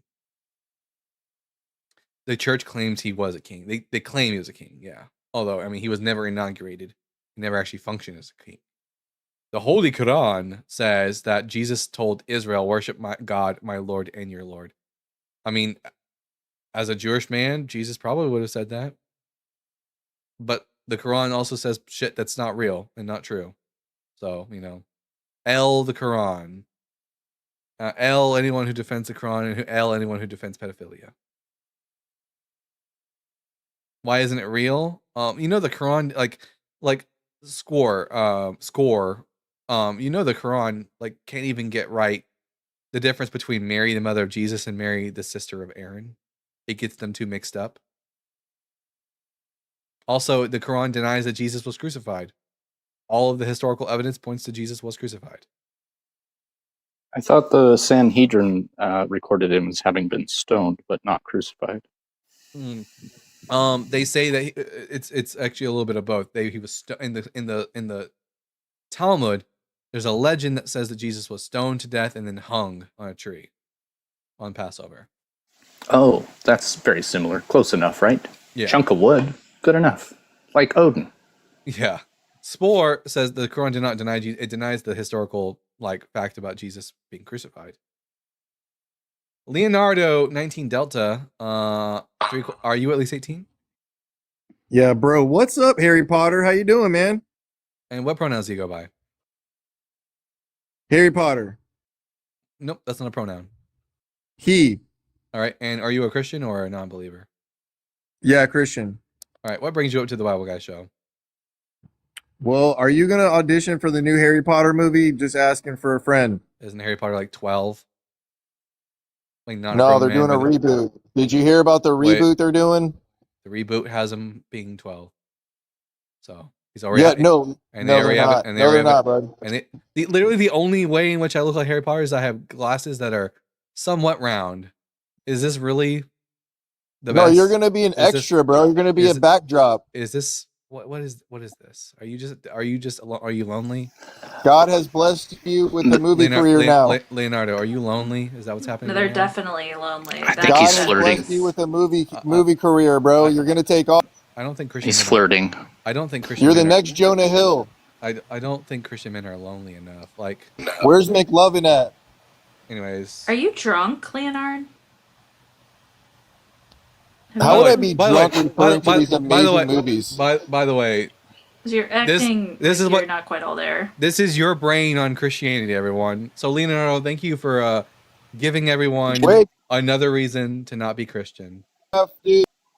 Anyways, gee whiz. I think he's very attracted to you. Maybe, yeah. It seems like it. They really just want to flirt with me. Anyways, crazy work. He's not lonely enough. Yeah, agreed. Do you believe that Adam was created from a single soul? No, Adam didn't exist. Adam is a fictional character. But Adams do. What are God's pronouns? In the Bible, it's he and him. Like, you've read the Bible, right, Emperor? Trying to get you to... Yeah, he wants me to dress up like Harry Potter and then do things to him. No, thank you. I'm not sticking my wand in you. Okay, Emperor, why'd you ask me that then? Like, it's like... It's New fetish unlocked. I got 5th grader could answer you that question. $20 is $20. Hey Jay, good to see you in the comment section. I saw Jay's face a couple nights ago. Jay's got it. Weird flex. I can count on my hand how many times I've seen Jay's face. They don't show their face very often online. Here, maybe I'll open up Cyber Video Ninja and try again with Video Ninja. Which one was it? Create room. All right, I've got Video Ninja up. So if you're on YouTube and you just to know, if you're a guest on TikTok, the guest on YouTube will not be able to hear you. So whenever I have a guest on YouTube, everyone just has to mic up. So I should shout at them. No. Assuming that they I'll yell louder. I'll just yell louder. Score says I don't think he's a Christian. Yeah, I'm not a Christian. That has become painfully obvious, I think. All right, looks like we got someone here. Hello?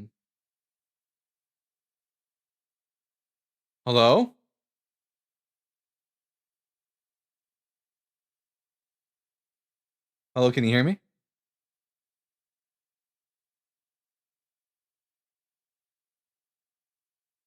YouTube guest. It says your mic is muted. I see a little mic with a slash through it. You need to unmute yourself. I can't hear you on Video Ninja. I don't know if you can hear me. Oh, here. Can you hear me now on Video Ninja?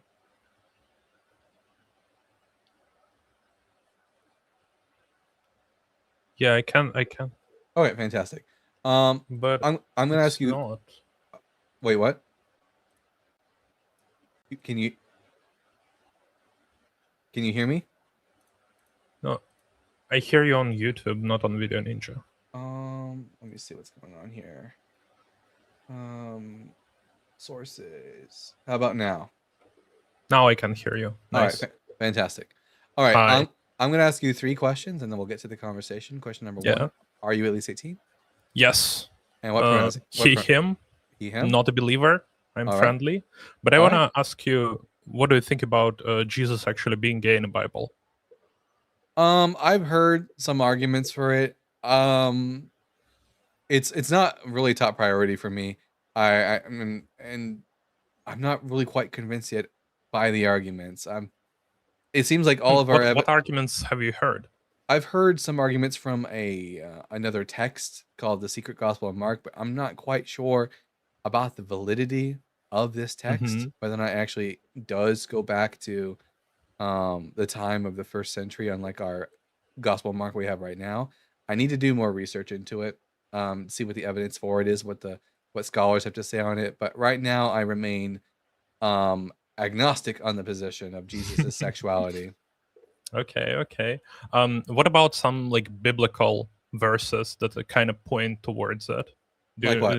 Have you thought about it? Like the most common that people usually use is the verse about a little boy running away, like at some point. Like, do you remember what it was about? In the Garden of Gethsemane, Yeah. I believe it's Gospel John. Does it use the word little boy in the text? I don't remember if it's. It might be just a boy, but I remember it uses boy. It doesn't use man. Let's see.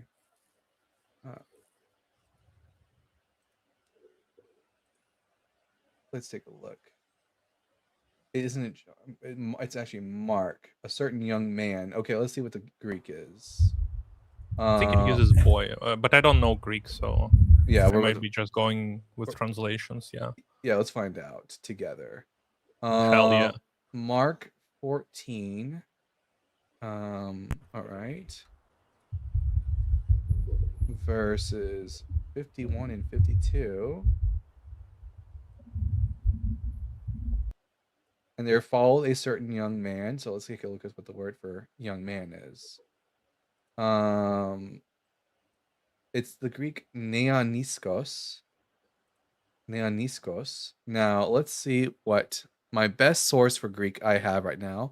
I recently, and everyone can give a huge shout out to Ian for this, but I have a on my Logos Bible software a copy now of the BDAG lexicon, which if anyone doesn't know, the BDAG is basically the scholarly standard as far as Greek lexicons are concerned.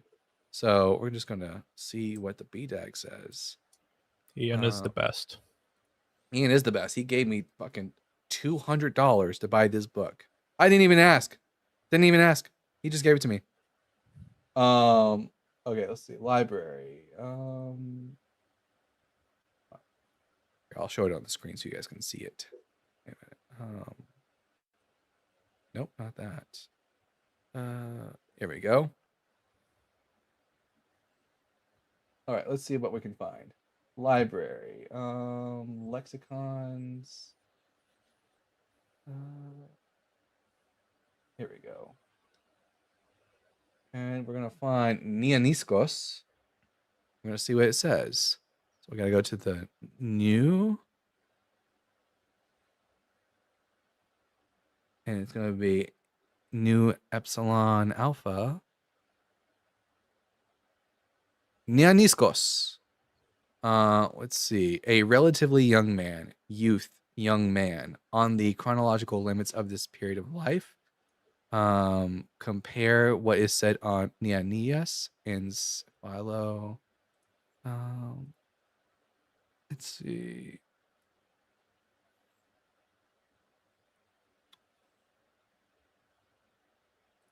So it looks like if I want to know about what is said on this, I should see Philo, Alexandria, giving a source here. So I guess I have something I want to just real quick screenshot that. So now at least I have somewhere to go look at now, in the future when I go look into this more.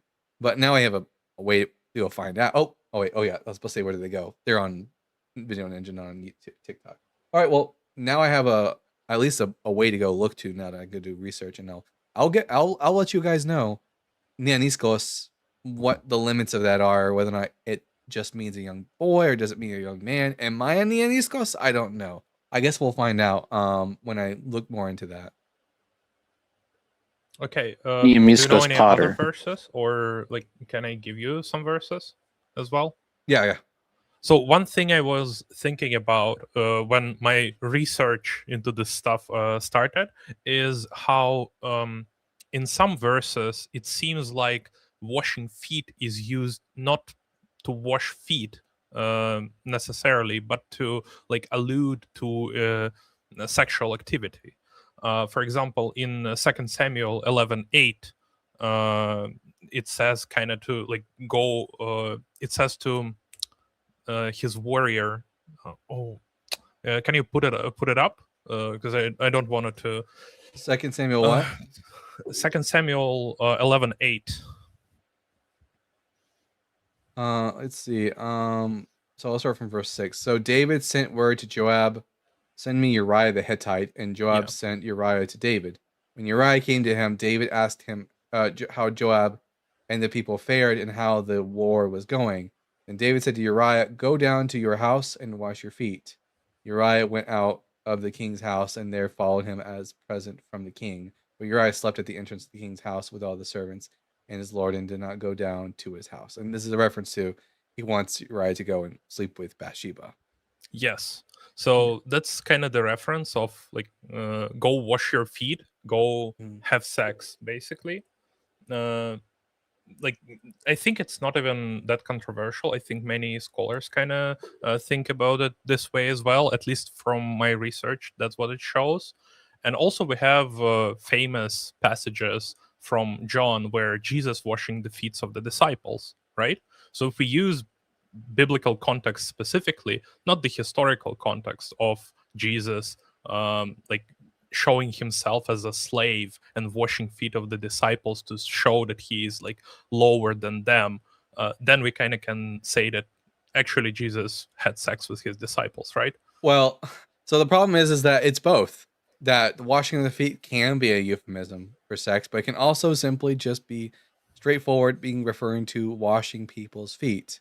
And it wouldn't be very typical for a first century Jewish man to be going around and sleeping with multiple men.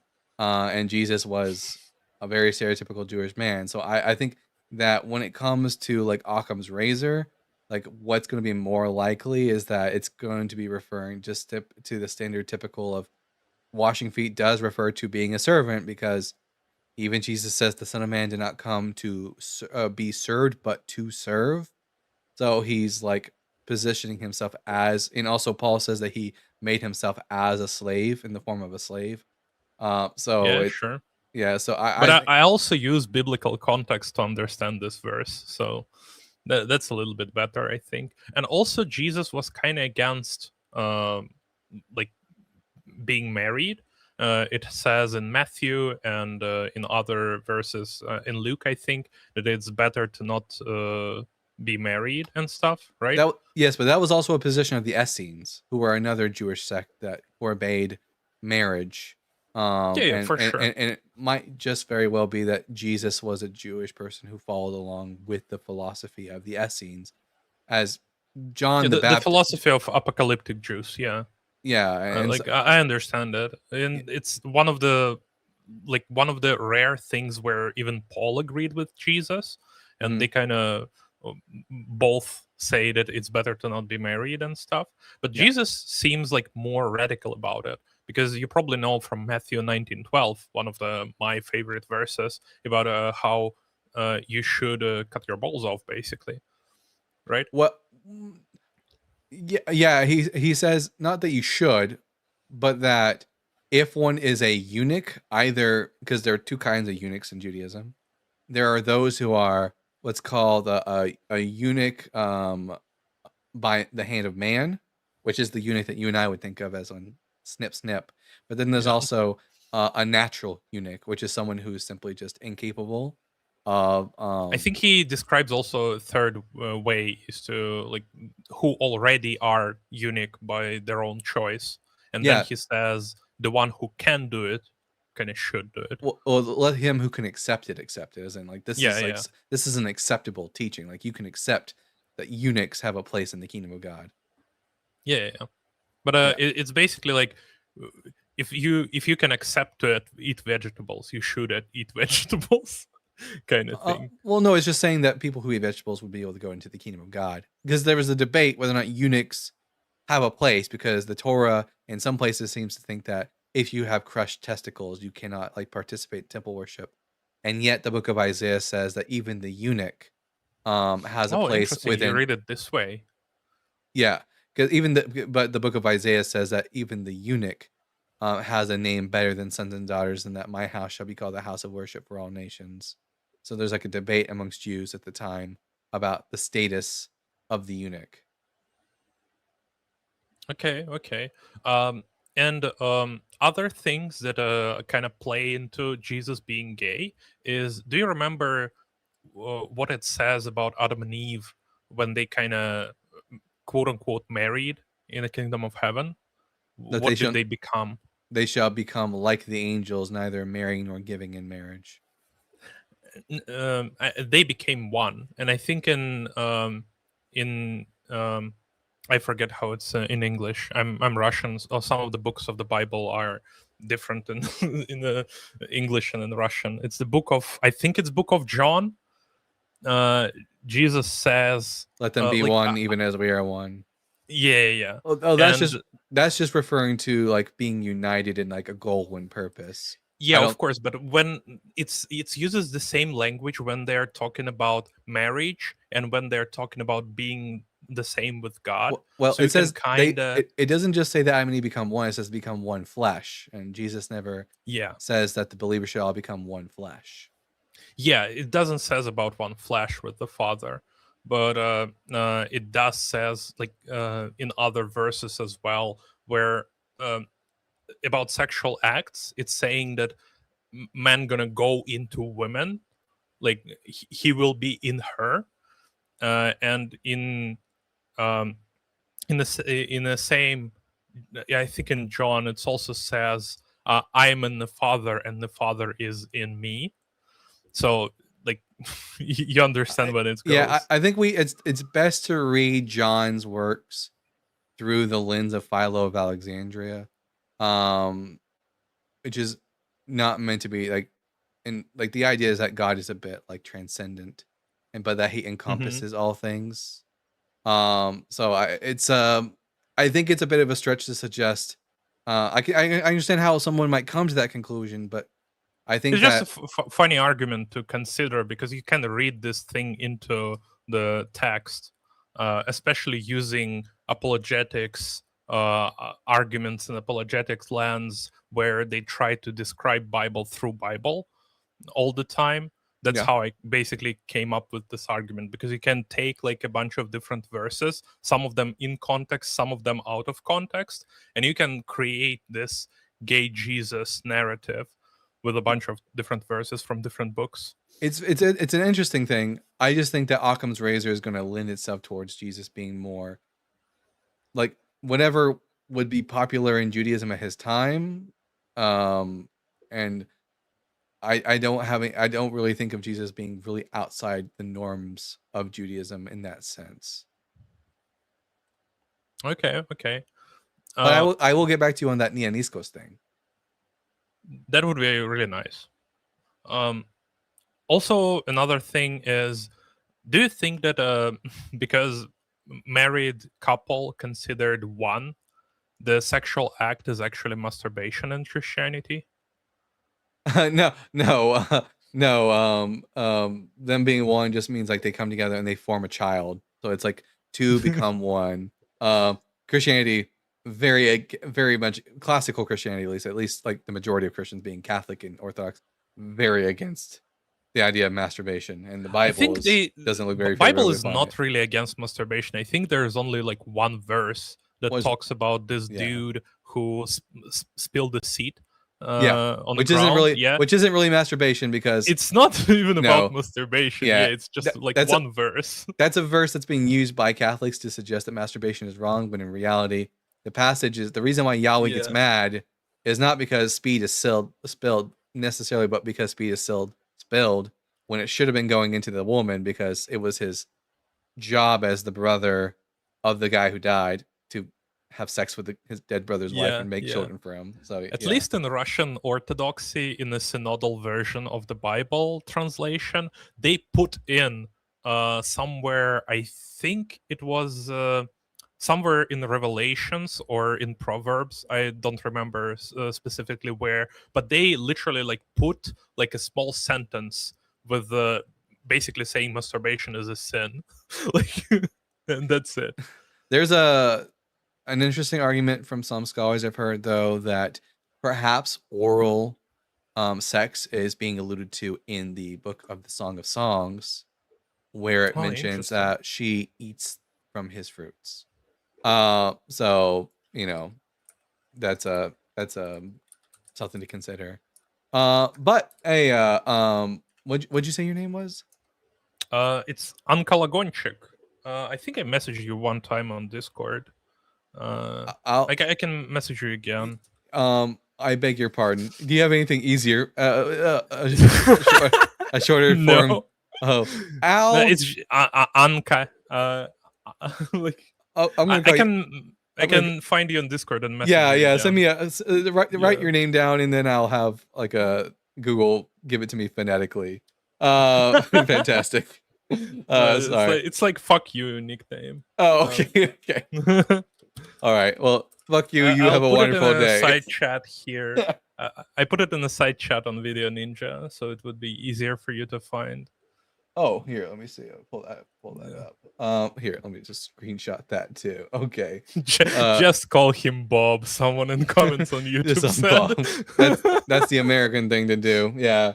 Well, Just Anka, it's Gonchik. okay.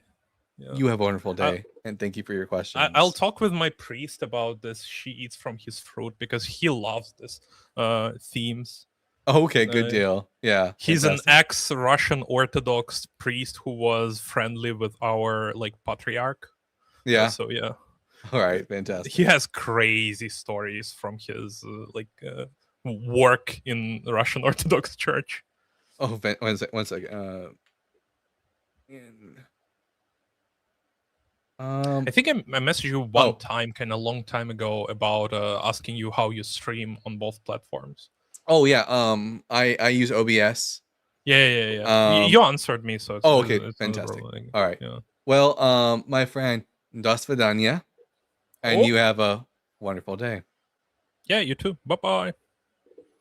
I so wish that I had the ability to speak multiple languages, because there's an old saying that if you want to speak to someone's mind, you can just speak and translate, in your own language. But if you want to speak to their heart, speak to them in their own language. And I love being able to say phrases to my guests from different countries in their own language, just because it's like a nice gesture, I think. It's a very respectful thing to do. Yeah. Well, okay. That is going to be the end of our show today. Dalton, you do speak multiple. Okay. What I mean by that is, I wish I was like a polyglot, where I spoke many different useful languages and talking to other people, not just dead languages for reading the Bible. But anyways, let's see who's live right now that we can send a let's see who is live right now that we can send you guys over to. Let's see. Every time I want to check, Joel is live. Everyone, I want y'all to go slip into Joel's wet box, and let them know that the Bible guy sent you. Joel reads the Bible. All right, everyone.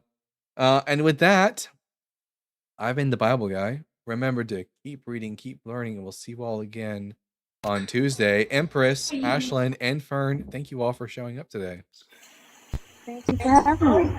Yeah. I really wish that last guy had been over here so I could have talked to him. Yeah. It's the one downside is that they wouldn't have been able to hear anything you guys said.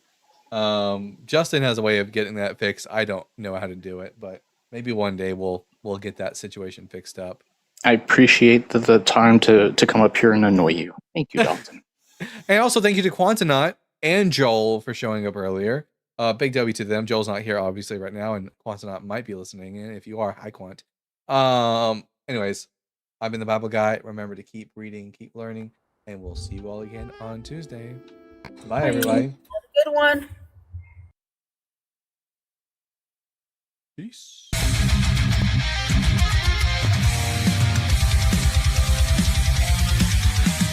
Born from dust and questioning fire, wielding truth like a sword of desire. Ancient scrolls and cosmic flame, he tears through myth, he breaks the chain. Echoes of prophets, the scars align, knowledge and thunder intertwine. Reason ascends where blind faith fell, he reads the word and he reads it well. The Bible guy, seeker of the light, through time and fire he rides the night, with reason's blade and wisdom's cry.